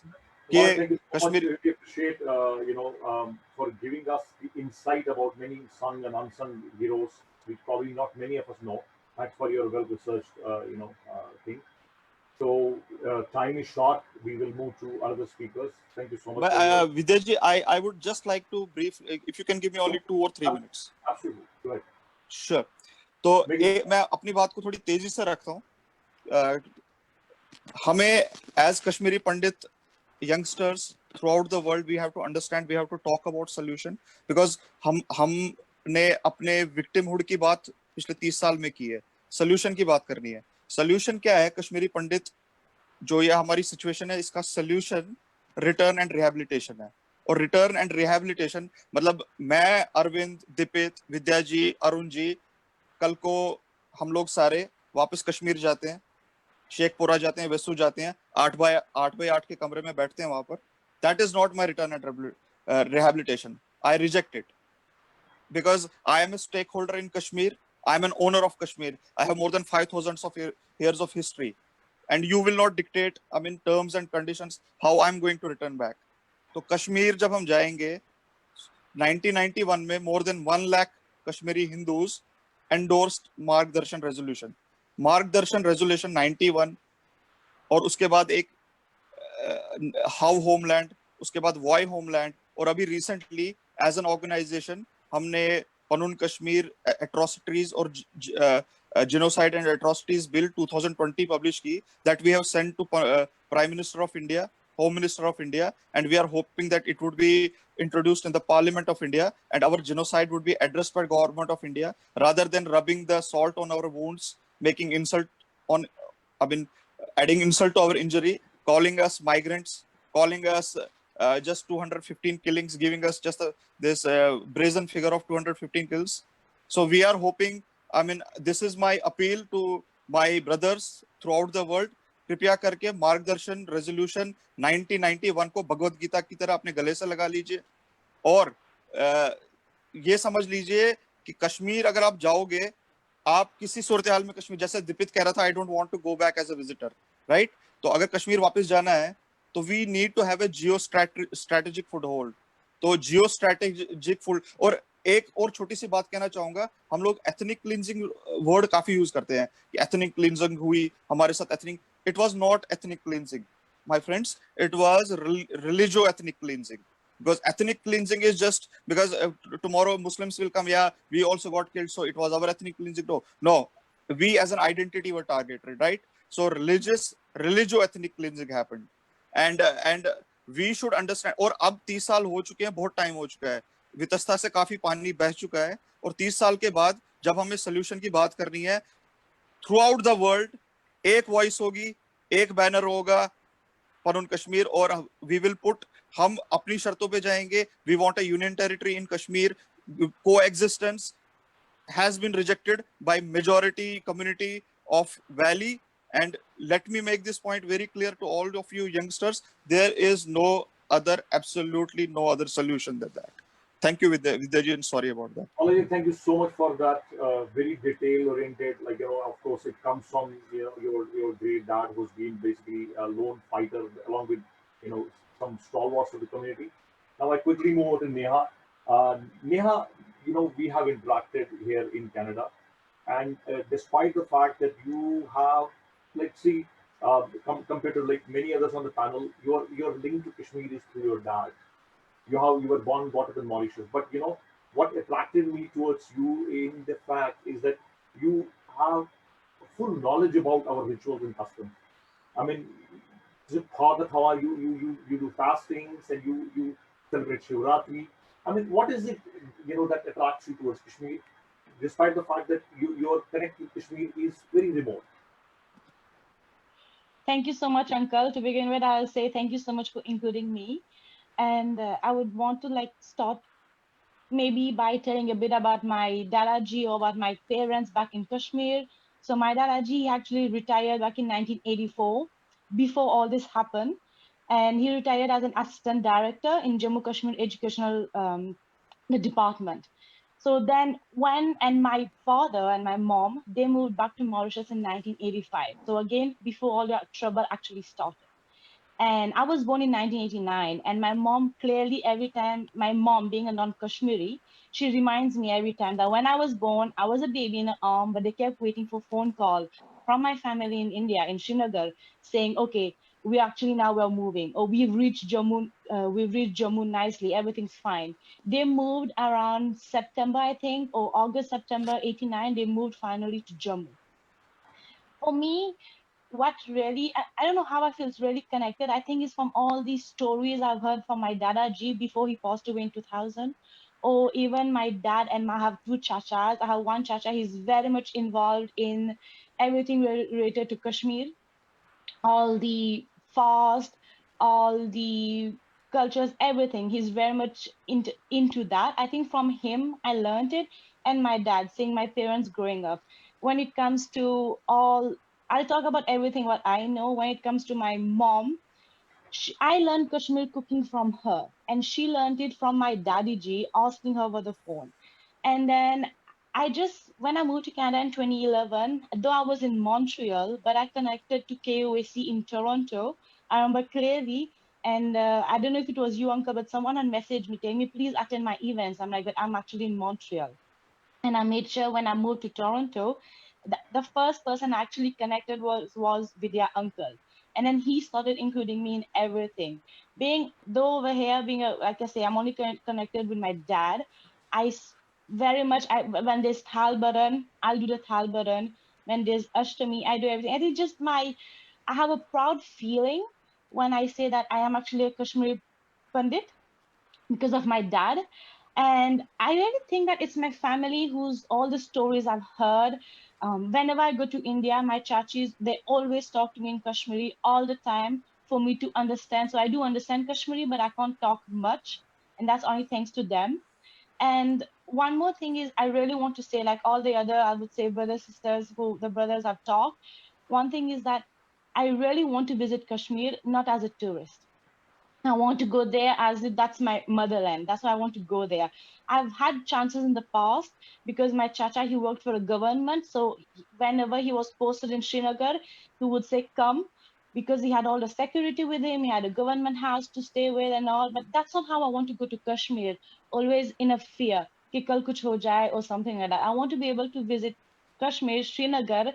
And unfortunately, all I can see now will be where my parents used to live, because the houses, everything has got burnt, or everything got burnt by terrorists. So all I'll be able to see is where everything was. right now, when they tell me stories, when they read me, I can only picture, okay, aisa tha. My dad would tell me they used to live in a house with 3-4 stories, and then everyone would talk from different stories, or even the neighbors. But I want to really be able to go and see where all my dad grew.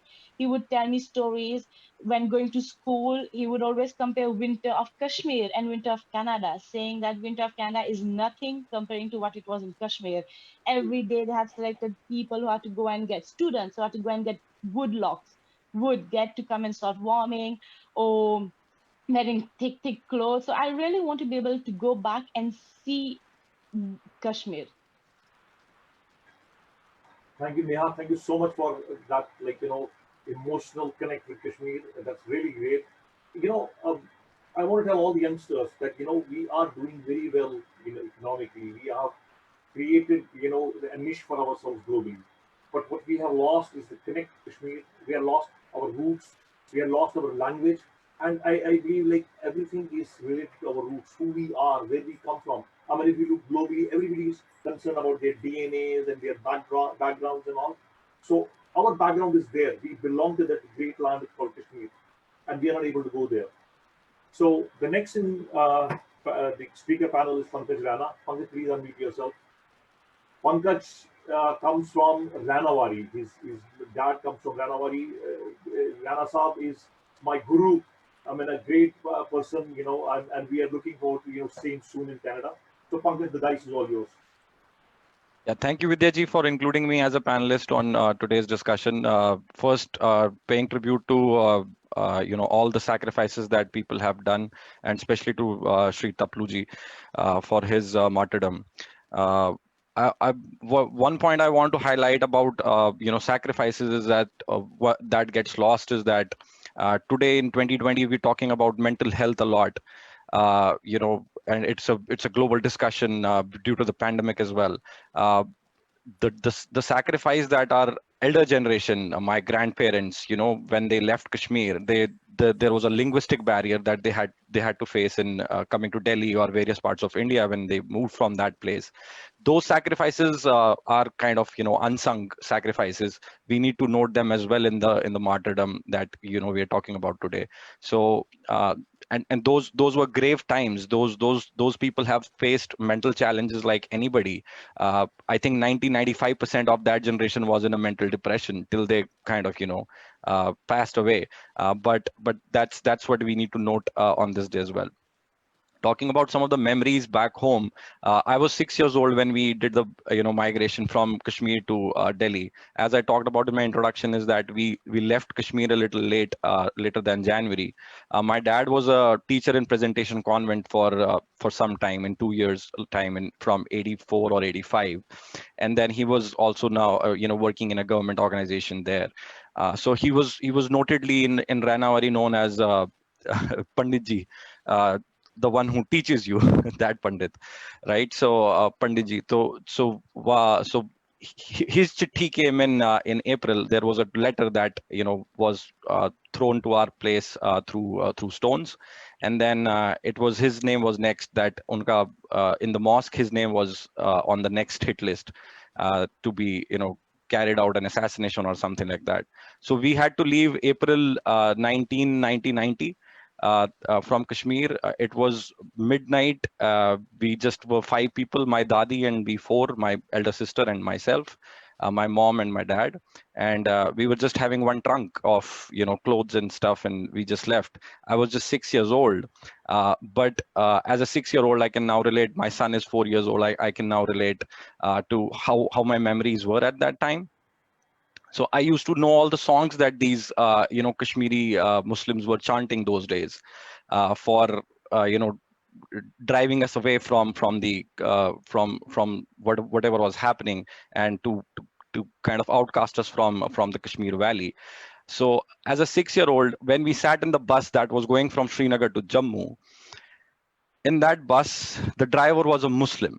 And he was driving very rash. He was driving the bus very rash. I remember my mom telling me afterwards that you were the one, I was the one, the 6-year-old, was the one who was keeping the driver sane by chanting all those slogans that I had remembered from the crowds gatherings or whatever was happening outside. हम क्या चाहते हैं, आजादी, आजादी का मतलब क्या, and all those. And I had them by heart at that time. Because I was a 6-year-old, I did not know what they meant really. But because of those slogans or those chantings, that Muslim driver was happy, and then he happily drove us to the Jammu station. And I remember this really vividly, that everybody from that bus got down and they blessed me that you saved us today from this bus driver, because he would have done anything at night, because this was a night ride from Srinagar to Jammu. And that's one of the memories that I have from that exodus and that day. Coming back to what my brothers here have raised on the Kashmiriyat and other things that we are talking about, I have very strong points on the comparison of Holocaust, the Jewish Holocaust, to the Kashmiri Holocaust of 1990. We can go on and on about how one particular religious community was targeted, and that's the comparison that we draw. Interestingly, I was reading an article or a book from the Holocaust about a lady who was telling her tales in 1990 from the Holocaust. She was part of the Mengele twins experiment, the angel of death. The guy who was doing all sorts of experiments on the twins. And she was saying that in her interview to some Boston newspaper, she was telling that she actually met the guy who was outstationed outside the gas chamber, and they actually made him sign the declaration in Auschwitz, going to that location, and made them sign that declaration that yes, the Holocaust happened. Yes, there were people taken into those gas chambers, and then did whatever in that gas chamber, and then he was witness to that. Why this was important, and she was saying, is that there were a lot of narratives, as Himalaya was also pointing out. There were also a lot of narratives in Jewish Holocaust, that a lot of Germans and a lot of Western media was of the opinion that it never happened, because there was no proof from history. Why that was important from that lady's perspective is that she was like, now I want to shove that piece of paper in the faces of all those people who say that Holocaust never happened.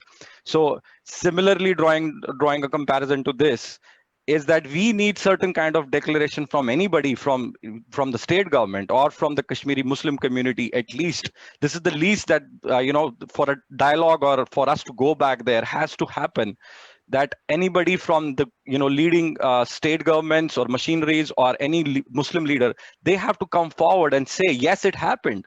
Right now the narrative is set as that this never happened, or it was Jagmohan, or there are different narratives that Himalaya has kind of elaborated on them. So that's what my 2 cents are here for that, is that Kashmiriyat, I don't know exists or not, but Kashmiriyat can only exist when somebody from the opposite community or the state leadership or the federal leadership in our country comes forward and says, yes, the genocide did happen to Kashmiri Pandits, and now we want to repair that, and then talk about the dialogue from there on. So that's what I think about the solution. My dad is also a noted singer in our Kashmiri community. His name is S.K. Rana. So he goes into different events, and he talks about the solutions that we should be going, and talks about the harmony. A lot of music is driven from all those Sufi singings, and we are culturally kind of really collaborated in that sense. So once we have that dialogue, we can have that Kashmiriyat, I guess, someday. And then once we get that feeling of being safe and going back on our own terms, then I think we can live harmoniously with everybody else there. That's what my thought process. Thank you, Pankaj. Thank you so much. Ranawari people are very special, to all the Kashmir, because they were the most jujaru Kashmiri Pandits. Ganpati Ranawari. Next on the panel is Puneet Pandita. Puneet, can you unmute yourself? Go ahead. Namaskar, everyone, once again. And first of all, my Shraddhanjali to our greatest martyr, Shri Tikalal Tapluji. And first of all, I would like to, be very thankful and grateful to my ancestors who stood against all odds in last 6-7 centuries and kept our culture and religious ethos. Not only they kept it, they passed on to all of us. So I'm very thankful to them as well. And um, as I mentioned earlier as well, I'm originally from a, a village near a picnic spot called Kokonok in South Kashmir district, Anantnag. And we were around 3-4 families in our village, surrounded by around 300 to 400 families of the majority community. My story is no different, but what I remember when I was just 4 or 5 years old, and what I heard from my grandparents and parents is that 89, 90 was just a time when curtain got lifted. It had started not just in 89, 90. We have been through these exoduses in all these 5-6 centuries. And what my parents remember is the way they were humiliated everywhere, whether it was while they were following their religious practices, while they were following their cultural practices, they were humiliated. They were, called by names and whatnot. But we still thought, better times would come, and we never retaliated. Having said that, we were a minuscule minority, around 3% of the population. Uh, I also remember from my grandparent, my grandpa. I was very close to him. He used to tell me stories when we shifted to Jammu. He used to tell me that there were 5 to 6 times in a year when we had to bear the brunt of stone pelting because of somebody. India has won a match against Pakistan, events like that. India has done something fabulous. Okay, stone pelt Hindu families. And apart from that, there were times when they tried to burn our houses. It's well before 89, 90. And I hear from my grandparents that they then decided that my younger brother of my grandpa and my dad would do shifts to safeguard our family. Every night they used to be awake. I mean, they used to be awake to ensure that everyone is safe and no one is coming to burn our houses or stone pelt our houses. And this was done by the same people who were taught by my dad. They all used to give him so much respect in the daytime. He was locally known as Master G. He was the only Master G in the whole village. And they would, and it was done by the same people who were employed by my grandpa. My grandpa was a great farmland owner. And in the day they were like this, and in the night they used to change the colors because nobody could identify them in the nights.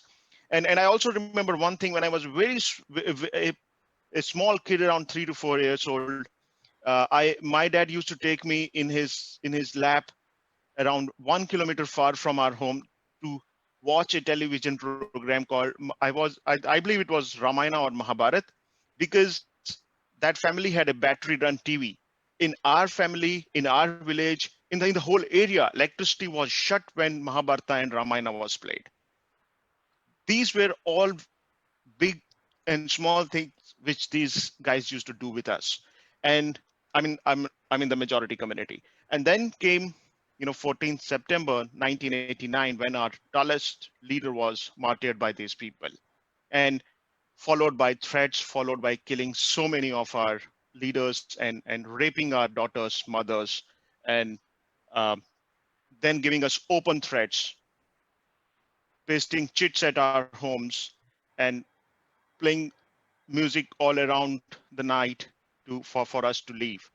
We still stood strong. We thought things would improve, but then came a slogan which was very horrifying: "We will kill your man and we will take your woman." That was the slogan which uh, I believe that was a slogan which turned the story around. And every Pandit family, every Hindu family thought that we should leave because we are not in a position to fight. We were just 3% population, and we have to safeguard our women. And that's when we left. And I'm the youngest in the family. I have 3 elder sisters. My mother, my 3 elder sisters. We ran. In the first week of January. I don't remember the date. In 1990, we were not able to get. There was so much influx of people going towards the plains, that we could not get um, a complete truck for our family. So we left with some other families. And I remember that ride. It was horrific. But we are very thankful to some of the Sikh brothers who came forward with their trucks to help us leave that um, place at that time. And and that's it from and then from there on my parents came in, and my dad and grandparents came in after a month, and rest is history. uh, at some point of time, yeah, I visited once. I visited once to the valley. Nothing much has changed. Their mindsets are completely poisoned. It's very difficult to mingle again with them. They may be very nice people individually, but when it comes to a group, you cannot stay with them. Let me be blunt about it. You cannot stay with them. Their ideology is completely poisoned, whether it is because of the misrule of the governments, the successive governments, and who gave them chances to build these Hurriyats and JKLFs and all. But they are completely poisoned. You cannot stay with them. But as a Kashmiri Hindu, I would like to have a home back home, like other Kashmiri majority community youngsters who are working elsewhere in India and elsewhere in world. They have a home back in Kashmir. I also want a home back in Kashmir. Whether I visit or not, that's my personal choice. But I want to go there on my personal terms and not somebody dictating me any terms from the majority community. And that's it from my end. I wish someday we would get our homeland and some on our own terms, and we all return home with dignity. Definitely, Jai Puneet. Hind, Jai Bharat, Jai Kashmir. Jai Kashmir. Definitely, Puneet. I mean, very thoughtful, and your thought process is very clear. That we can't basically trust the same forces who were responsible for our 7 exoduses. And we are seeing how they are treating the minorities in other parts of the world which are closely bordered with India. Afghanistan has no minority left. Pakistan minorities are depleting with every passing day. Bangladesh, and we can basically see that how they treat their minorities. Either they convert them, or they kill them, or they let them flee. So that's exactly the modus operandi which they followed in Kashmir. So really. Okay, so next. And Vidaji, I have one more point. I just forgot that the same people, the same pseudo-seculars who coined the term Kashmiria, the same pseudo-seculars gave this exodus a name of, Kashmiri Pandits. I must tell you, it was not only the Kashmiri Pandits who got uh, uh, who got the brunt of this heat. It was all the Hindus who got burnt of this heat in the J&K, whether it was the people from Kishtwar. Yeah, exactly. It was whether it was Rajputs of Badarwa, Rajouri, Punch, whether it was other Hindu castes of different districts. Everyone faced it. Non-Muslims, for They that made matter. it a Kashmiri Pandit. Yeah, exactly. Some sane Muslims as well, but they made it a Kashmiri Pandit headline, just to ensure that Hindus do not get united and fight for their cause, fight for their brothers in J&K. Thank you, Puneet. Thank you so much. Okay, Thank the you. next on the panel is Seema Rajput Pandita. Seema is a daughter-in-law of Kashmir, and I'm so glad, that she is on the panel here. Seema is very passionate about Kashmir, and she has worked as an army major. She is an AFMC Pune graduate, and she comes from the medical line. And Seema was on the job in Kashmir for many years, and she has seen both sides of the society. She has seen atrocities happening after the bomb blast, and she has seen mangled bodies. Seema, the dice is all yours. Share your thoughts. What do you think about, particularly there when you were in Kashmir? Thank you so much, Vidyaji. So as my introduction is already done. Unmute. Hello? Yeah, we can hear. Is We it can hear audible? you. Yeah, Okay. Okay. So myself, Major Seema Rajput, retired now, Seema Pandita. I served 10 years in Indian Army. And I was like, my last posting was Badami Bagh Cantonment. I stayed there for almost 3 years, staying with the locals and although my relation with Kashmir began in September 2012, when I started my tenure in the 92 base hospital as nursing officer, now it is more deeper as I got married in a Kashmiri Pandit boy here in Canada. I was aware about the Kashmiri Pandit exodus from the valley from my childhood. Now, I'm able to understand the reality of this biggest tragedy in the Indian subcontinent, the real events that led to the exodus. You can say the horrible brutality towards the Pandits by their own so-called Kashmiri Muslim brother, who they shared a deep history and culture with them. The chain of events leading up to the night of Jan 1990, and as my husband told me, the night of the 7th Exodus, and the extremely difficult life after migration, and how the term Kashmiri Pandits became merely a part of political speeches as we hear in mainstream India. After understanding the reality about what happened in Kashmir in the 90s, I was crystal clear in my head that the term Kashmiriyat is parroted by the pseudo-liberal and pseudo-secular media, and polity of India was merely to provide a facet of secular, you can say the tolerant, cultured, peaceful, and educated outlook of the Kashmiri Muslims. That is for their own reasons. There is nothing called Kashmiriyat. Pandits saw the true face of intolerant and radical Islam for centuries before rest of India or the world saw it, and I also saw when I stayed there with the locals. And what happened in 1990 was a final push to the kafir in order to ring in the true Islamic order. And what happened in Kashmir is just a part of global jihadi. Seema, you unmuted yourself.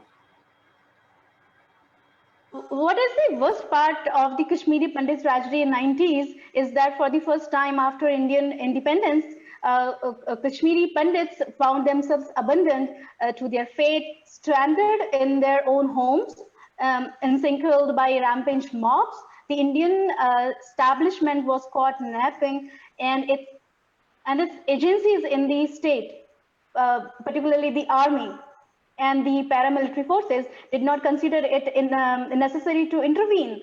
I don't know what's the reason behind that, the political reason, or I have no idea. But the pleadings for help were incessant, but not a soldier came to their rescue. That's the biggest dilemma. Therefore, Kashmiri Pandits found best protection in huddling together indoors, frozen with fear. You can say the praying for the night to pass. I can say, what a shame for the free Indian democracy, which failed to prevent this genocide. What a shame for the people of India. And more than that, why did nobody in India learn anything from this even after 70 years of independence? Today, if you consider, if you go all around the India, there are Kashmiris in every nook, corner of India. After all, we Hindus are a tolerant human race, but for how long? Will our tolerance cost us our existence? I don't think so. Like, how? Okay, now I would like to share my personal experience in Kashmir with the locals, what they think about us, about the Kashmiri Pandits, about the about the India. So I was living in the Army nursing officers mess during my tenure, and we had all about 10 to 12 local servants. One fine day, I was in charge of the mess. I was in the area, and one of them, the young fellow, he was almost 25 years old, or between 25 26. He asked me, "Aap India se aaye ho? India mein kahan par ho?" And I told him, I'm from Delhi. Next sentence, he just asked me, मुझे भी दिल्ली जाना है एक दिन, मेरा मन भी जाने का करता है. So I told him, then you can go. Why you have to afraid to go? What he said in the second stand, पता नहीं इंडिया वाले मुझे आने देंगे क्या? And I said, what does it mean? I didn't get what he wants to say. So I asked him why he's saying this. You can go whenever you want. Why people have to say anything for you? आप भी India में आते हो? Straightforwardly, what he said to me, नहीं नहीं, हम तो कश्मीरी हैं. ये हमारा वतन है और आप दूसरे वतन से आए हो. So you know what is there in this mentality? Like we Indians are from separate country and they consider their country a Kashmiri. A Kashmir is the country for themselves, and this statement I heard from all of them, from everyone. They consider India. They don't consider India as their country. They consider Kashmiri, and but not Indians. So I asked to another servant who was a college student in Kashmir and used to work in a government, like I asked him, okay, who told you all these things, like you are not Indian and it's only Kashmir. So what he said, मौलवी साहब हमको पढ़ाते हैं बचपन से ही कि हमारा वतन कश्मीर है और हम आज़ादी के लिए लड़ रहे हैं. ये तो यहाँ जो आर्मी है वो इंडिया की है और वो यहाँ पर इंडियंस को भेजती है हम सबको अपना गुलाम बनाने के लिए, बट हमें लड़ना है हमारी आज़ादी के लिए. दिस इज व्हाट मौलवी साहब जो वहां पर है वो पढ़ाते ये सब बच्चों को. आई डोंट अंडरस्टैंड कि ये होता क्यों है. But I asked him then why you guys are working here in army in cantonment? You should have not. अगर ऐसी सोच है आपकी. तो he said नहीं, मुझे ऐसा नहीं लगता है क्योंकि मेरी दादी ने मुझे बोला है कि ये सब झूठ है, ये कुछ नहीं है और यहाँ काम करने के लिए कुछ भी नहीं है, हमें पैसा चाहिए, मुझे आगे पढ़ना है इसलिए मैं यहाँ काम करता हूँ. Then suddenly he added a line, मुझे पत्थर मारना अच्छा नहीं लगता. ये लोग 300 रुपए देते हैं पत्थर मारने के लिए. Then I asked, कौन लोग देता है ये पत्थर मारने के लिए?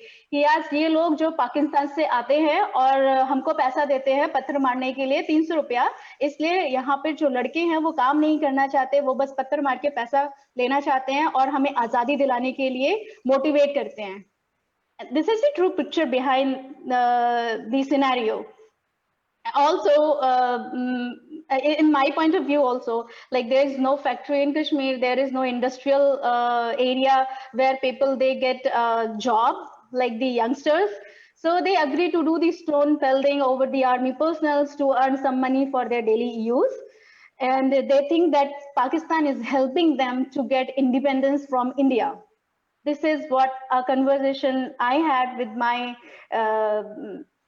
servants, because they stay there. So again, I have something to tell about the Article 370 also.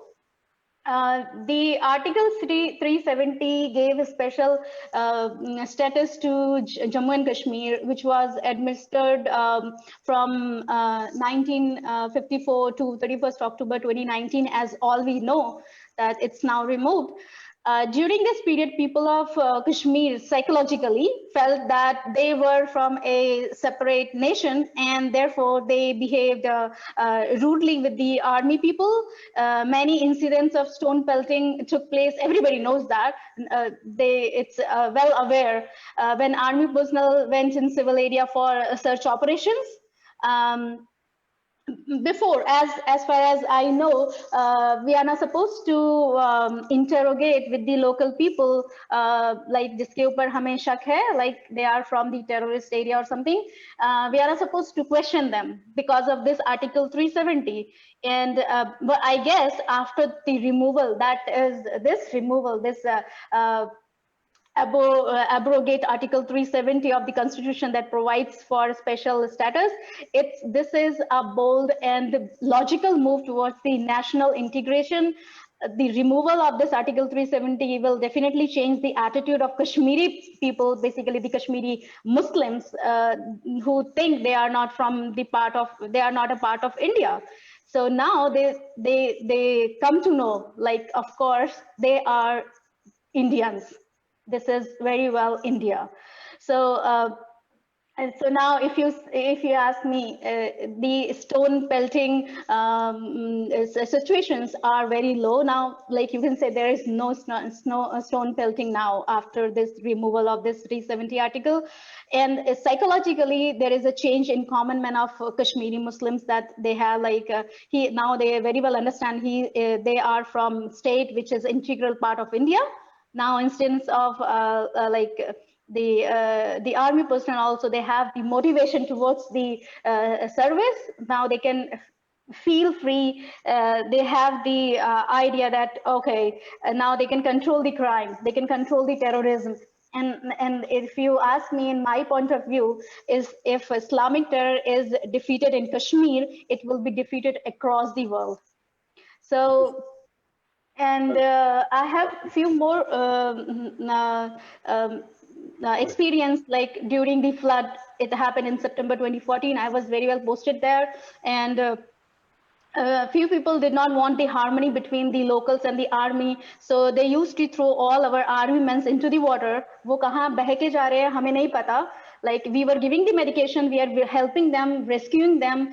I know I worked 24/7 for 7 to 14 days in rescuing them and giving the hospitalization, giving the treatments, khana. हमने हमारा जो Badami Bagh cantonment है, it's in the height, like in the mountain, our hospital. So we rescued 20-40,000 people in that area. We used to cook ourselves उनको खिलाने के लिए. And then after all, they don't have humanity at all. I mean, this is my experience. So in conclusion, if you ask me, as a youth, I want there should be a bulk movement towards the Kashmir. Bulk movement means we Hindus. The Hindus should go there, and there should be a stabilization of the industrial area. So people over there can go and move, and then they can stay there. And abrogation of Article 370 is a historical step for this, which will connect Jammu and Kashmir with the rest of the country. And the decision has adversely affected the plans of Western neighbor and its proxies also. If you talk about the China and all, the borders, they are doing the havoc there. So, and now we have a zero tolerance against the terrorism. So these are my experience. Thank you so much, Vidyaji, for considering me to speak up here in this beautiful event that I'm very lucky having here and speaking about this. Thank you so much. Thank you so much. It was a pleasure having you on the panel here. And you were speaking basically from really what we call the ground zero. You have seen them interacting. And, you know, as everybody said, Himalaya said the same thing, Pankaj said the same thing, that we cannot trust them anymore. We have trusted them enough. 7 times we forgive and forget. But now the time has come to call a spade a spade. We need a separate homeland for ourselves. We can't remain in those ghettos again and become sitting ducks for them to come and kill us again. So we need our separate homeland under a union territory status. And we will soon go back to Kashmir after Article 370 has been abrogated. And now the door is wide open, and we thank our tall screen leadership of Narendra Modi ji and Amit Shah for that. Now the next on the panel is Shivans Dar. Shivans, unmute yourself. You are, the youngest in the panel here. You have never been to Kashmir. Unfortunately, I could never take you back because I was waiting for the times to come, and we will go back to Kashmir not as visitors, but on our own terms. Shivans, the dice is all yours. Thank you. So, my perspective on the matter and the experiences that are shared by my family, my parents, are very similar to the ones that other people have experienced. Like during the exodus of 1990, they faced abject uncertainty, humiliation for leaving their homes and their identities, and a total loss of their cultural backgrounds and histories. And they really had to rebuild themselves from absolutely nothing. The only thing they really had was a strong sense of will and the cultural values that they brought from their past. And at home, my parents are still very strongly connected to their past, mostly through language. Like they all speak Kashmiri at home. Although I don't really speak that well, I can still speak it. I completely understand it. Same with my sister. And we follow all the traditions at home, like Pan, Garbat. We celebrate kosher vods, and they're very vocal about what they believe happened there and share their perspectives with everyone, and they care deeply about it. But how I feel as a young person is very different from how people and the panel feel, and even how my parents feel. So as a young person, I've been mostly insulated from the pain and the hurt that they've experienced, because like now I'm one generation disconnected from that. And the only way I can feel is through empathizing with them, which is not exactly the same. So the connect with the history and the culture just isn't as strong. Although I'm grateful for my ancestors and the community for their resilience, it's a tough position for anyone to be in, and they went through it with grace and are now successful and are all over the world, uh, continuing to live and continuing to prosper. And I feel like the emphasis on education that they had allowed them to persevere and succeed globally. I'm mostly connected to Kashmir and Kashmiri history through the food more than anything. I enjoy cooking it, I enjoy eating it, and I, like a lot of other Kashmiri people, think their mom is the best cook that there is. And I also really appreciate that I can meet Kashmiris anywhere in the world and can immediately connect. I've lived in many countries. I've lived in the Gulf, like Saudi Arabia, UAE. I've lived in North America, Canada, the United States. I've also lived in the Netherlands and Europe, and everywhere I go, I can meet some Kashmiri. And there's somewhere there who's very hospitable, who I can connect with immediately. And there's people everywhere that I can meet. But all that said, I feel largely disconnected from my cultural identity and even my religion. I feel like I've thought about it a lot, and I don't know if there are many elements of it that can really add value in my current context. I feel like maybe that's because of my youth. That's because of my current situation. Like even my parents haven't really been able to convince me. I feel like maybe as I age, want to connect to my past and my history more. But currently, there isn't much that's keeping me connected to the past. And I would love to be convinced by someone and welcome ideas to change my perspective. I think that there is probably value in connecting to my history and my past, but I just don't see it. And I feel like a lot of other people in my situation and my age probably feel the same way. And it's probably not just like me as a Kashmiri, like my friends from other cultural backgrounds and identities also feel like this. I feel like the world is moving towards a more connected global like mosaic where people roughly sort of keep their identities, but they're moving towards a completely new direction. So as unfortunate as it is, I feel like largely, other than the food, I'm pretty disconnected from my cultural identity. Thank you, Shwansh. What I tell the current generation, my generation, Arunji's, my generation is the same. We were basically followers. We never questioned our parents, our grandparents. We just followed them. Probably it was the times when the knowledge was not that much readily available to us. While as current generation, I call them seekers. They are seek truth. They ask questions, and we as parents are trying our best to basically answer their questions. And they ask so many questions, and religions are basically a rigmarole of so many stories and sub stories and anecdotes. So sometimes it's very difficult for them to give them a correct perspective. So I hope Shivansh will basically we will visit Kashmir and see the profoundness of our culture in the past, and I'm sure time will be the great healer, and we will all basically go back to Kashmir, and we'll find a connect. The last one on the panel is Vabo Paul. Vabo, please unmute yourself, switch on your camera, and we are here to listen to you. Vabo, are you there? Yeah, namaskar, Sarni. Thank you, Vidyaji, for giving me this opportunity to speak today. I was born post-Exodus in Delhi, but just because I was born post-Exodus and did not witness the 1990 Exodus does not mean that I'm not aware about the pain my family and the community went through. I have felt it and observed the deep anguish expressed by my parents, grandparents, and other family members every time they talk about Kashmir. Undoubtedly, we may be anywhere in the world or born any time before or after Exodus. Our roots shall always remain in Kashmir. Uh, Unfortunately, most of the people in world, including Indians, are unaware about the heinous crimes Kashmiri Hindus face for decades. Past 3 decades, which has peaked in the past 3 decades, and in the 80s with the brutal killings of Kashmiri Pandits, which included prominent personalities like Shri Tikalal Thapluji.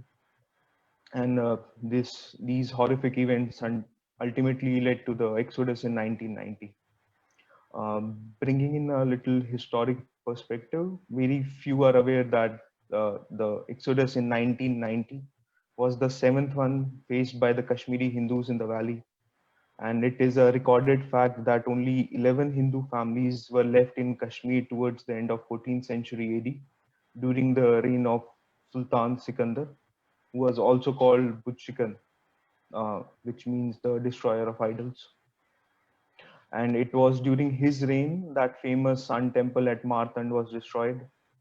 This period of religious persecution of the original inhabitants of the valley started with the arrival of Islam in Kashmir in early 14th century and continued for centuries thereafter.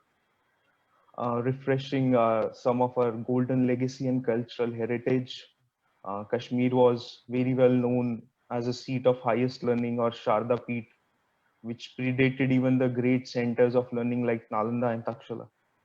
Kashmir has been home to some of the highest schools of philosophy linked with Shaivism and Buddhism. Several towering personalities like Rupa Bhavani, Utpal Dev Ji, Lal Ded, Abhinav Gupta Ji, and many more hailed from Kashmir.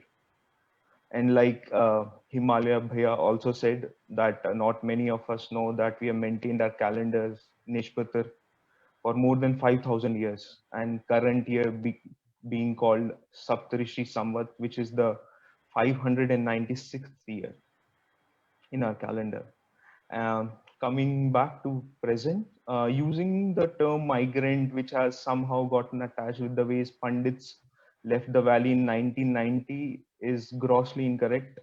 Migrant means we moved out of the valley voluntarily, which was definitely not the fact, and definitely not a voluntary move. Calling ourselves refugees, on the other hand, means that we would have crossed international boundaries, which in turn means we accept Kashmir as a separate nation, which it is not. It is an integral part of India, and it will always be an integral part of India. Therefore, calling ourselves refugees or migrants actually dilutes the sacrifices of our elders and the community leaders. We are internally displaced people who were once again victims of religious ethnic cleansing, and unfortunately this time in a secular India in 1990. This is a grave human rights violation of our community, and it still hasn't gotten the attention which it deserves. This error in the history of Kashmir needs to be corrected urgently to avoid any facts being distorted and misrepresented. Uh, Concluding, I would say, in my opinion, the best way to honor our martyrs is to preserve our culture, our language, our traditions, and values to the best of our abilities. We should come together, get our voices heard, stop allowing ourselves to be called migrants, and petition Government of India to recognize the 1990 religious ethnic cleansing and genocide of Kashmiri Hindus for the atrocious crime it really was. Thank you, and Orzu. Thank you, Vaibhav. Thank you so much. Really appreciate all your feelings and your well thought of historical perspective. Thank you all the panelists. Thank you Arunji. I would like to sincerely thank the Chekala Temple Foundation, Kashmiri Pandits Australia, Ash Ranaji, who was responsible for creating all this, the technical buzz around this, and he has been responsible for many other such meetings around the world. I'd like to thank Pan Kashmir. I'd like to thank all the volunteers who came forward on a Sunday morning to share their thoughts. And I have one request to all the young people here who are today on this panel, that the world is basically today a world of narratives. As someone said, that when a lie is repeated 1,000 times, it becomes a truth. We are fighting a gargantuan scale of a narrative which basically tries to negate everything. Like there are forces which basically talk about that Holocaust never happened. Same thing has happened. We have been whitewashed. Our history has been whitewashed all these years, and Kashmir is not an exception. I'd like to share with you that we come from a profound land, what we call the cradle of the Kashmir, the Indian civilization is Kashmir. Half the Vedic work was done in Kashmir. The Panini's grammar to Yoga Sutras, to Patanjali's Yoga Sutras. I can't even tell you how much proud I am as a Kashmiri Pandit, what Kashmiri Pandits have basically contributed to the Hindu ethos. and the world over, from Nati Shastra, which is considered to be the fifth Veda, it came from Kashmir. Abhinavgupta's treatise came, which is taught in 83 universities in the world, and unfortunately, not a single university in India is teaching Abhinavgupta. So, with this, I'd like to conclude today's meeting. Thank you so much. And we all will pray and determine ourselves, and we take an oath today that soon we will go to Kashmir on our own terms, not as a visitor, but as a native of Kashmir, the original aborigine of Kashmir. Thank you so much. Jai Ma Bhavani, Jai Bharat Mata ki Jai, Jai Moish Kashmir. Namaskar. Namaskar. Everybody. Thank you. Thank you. So much.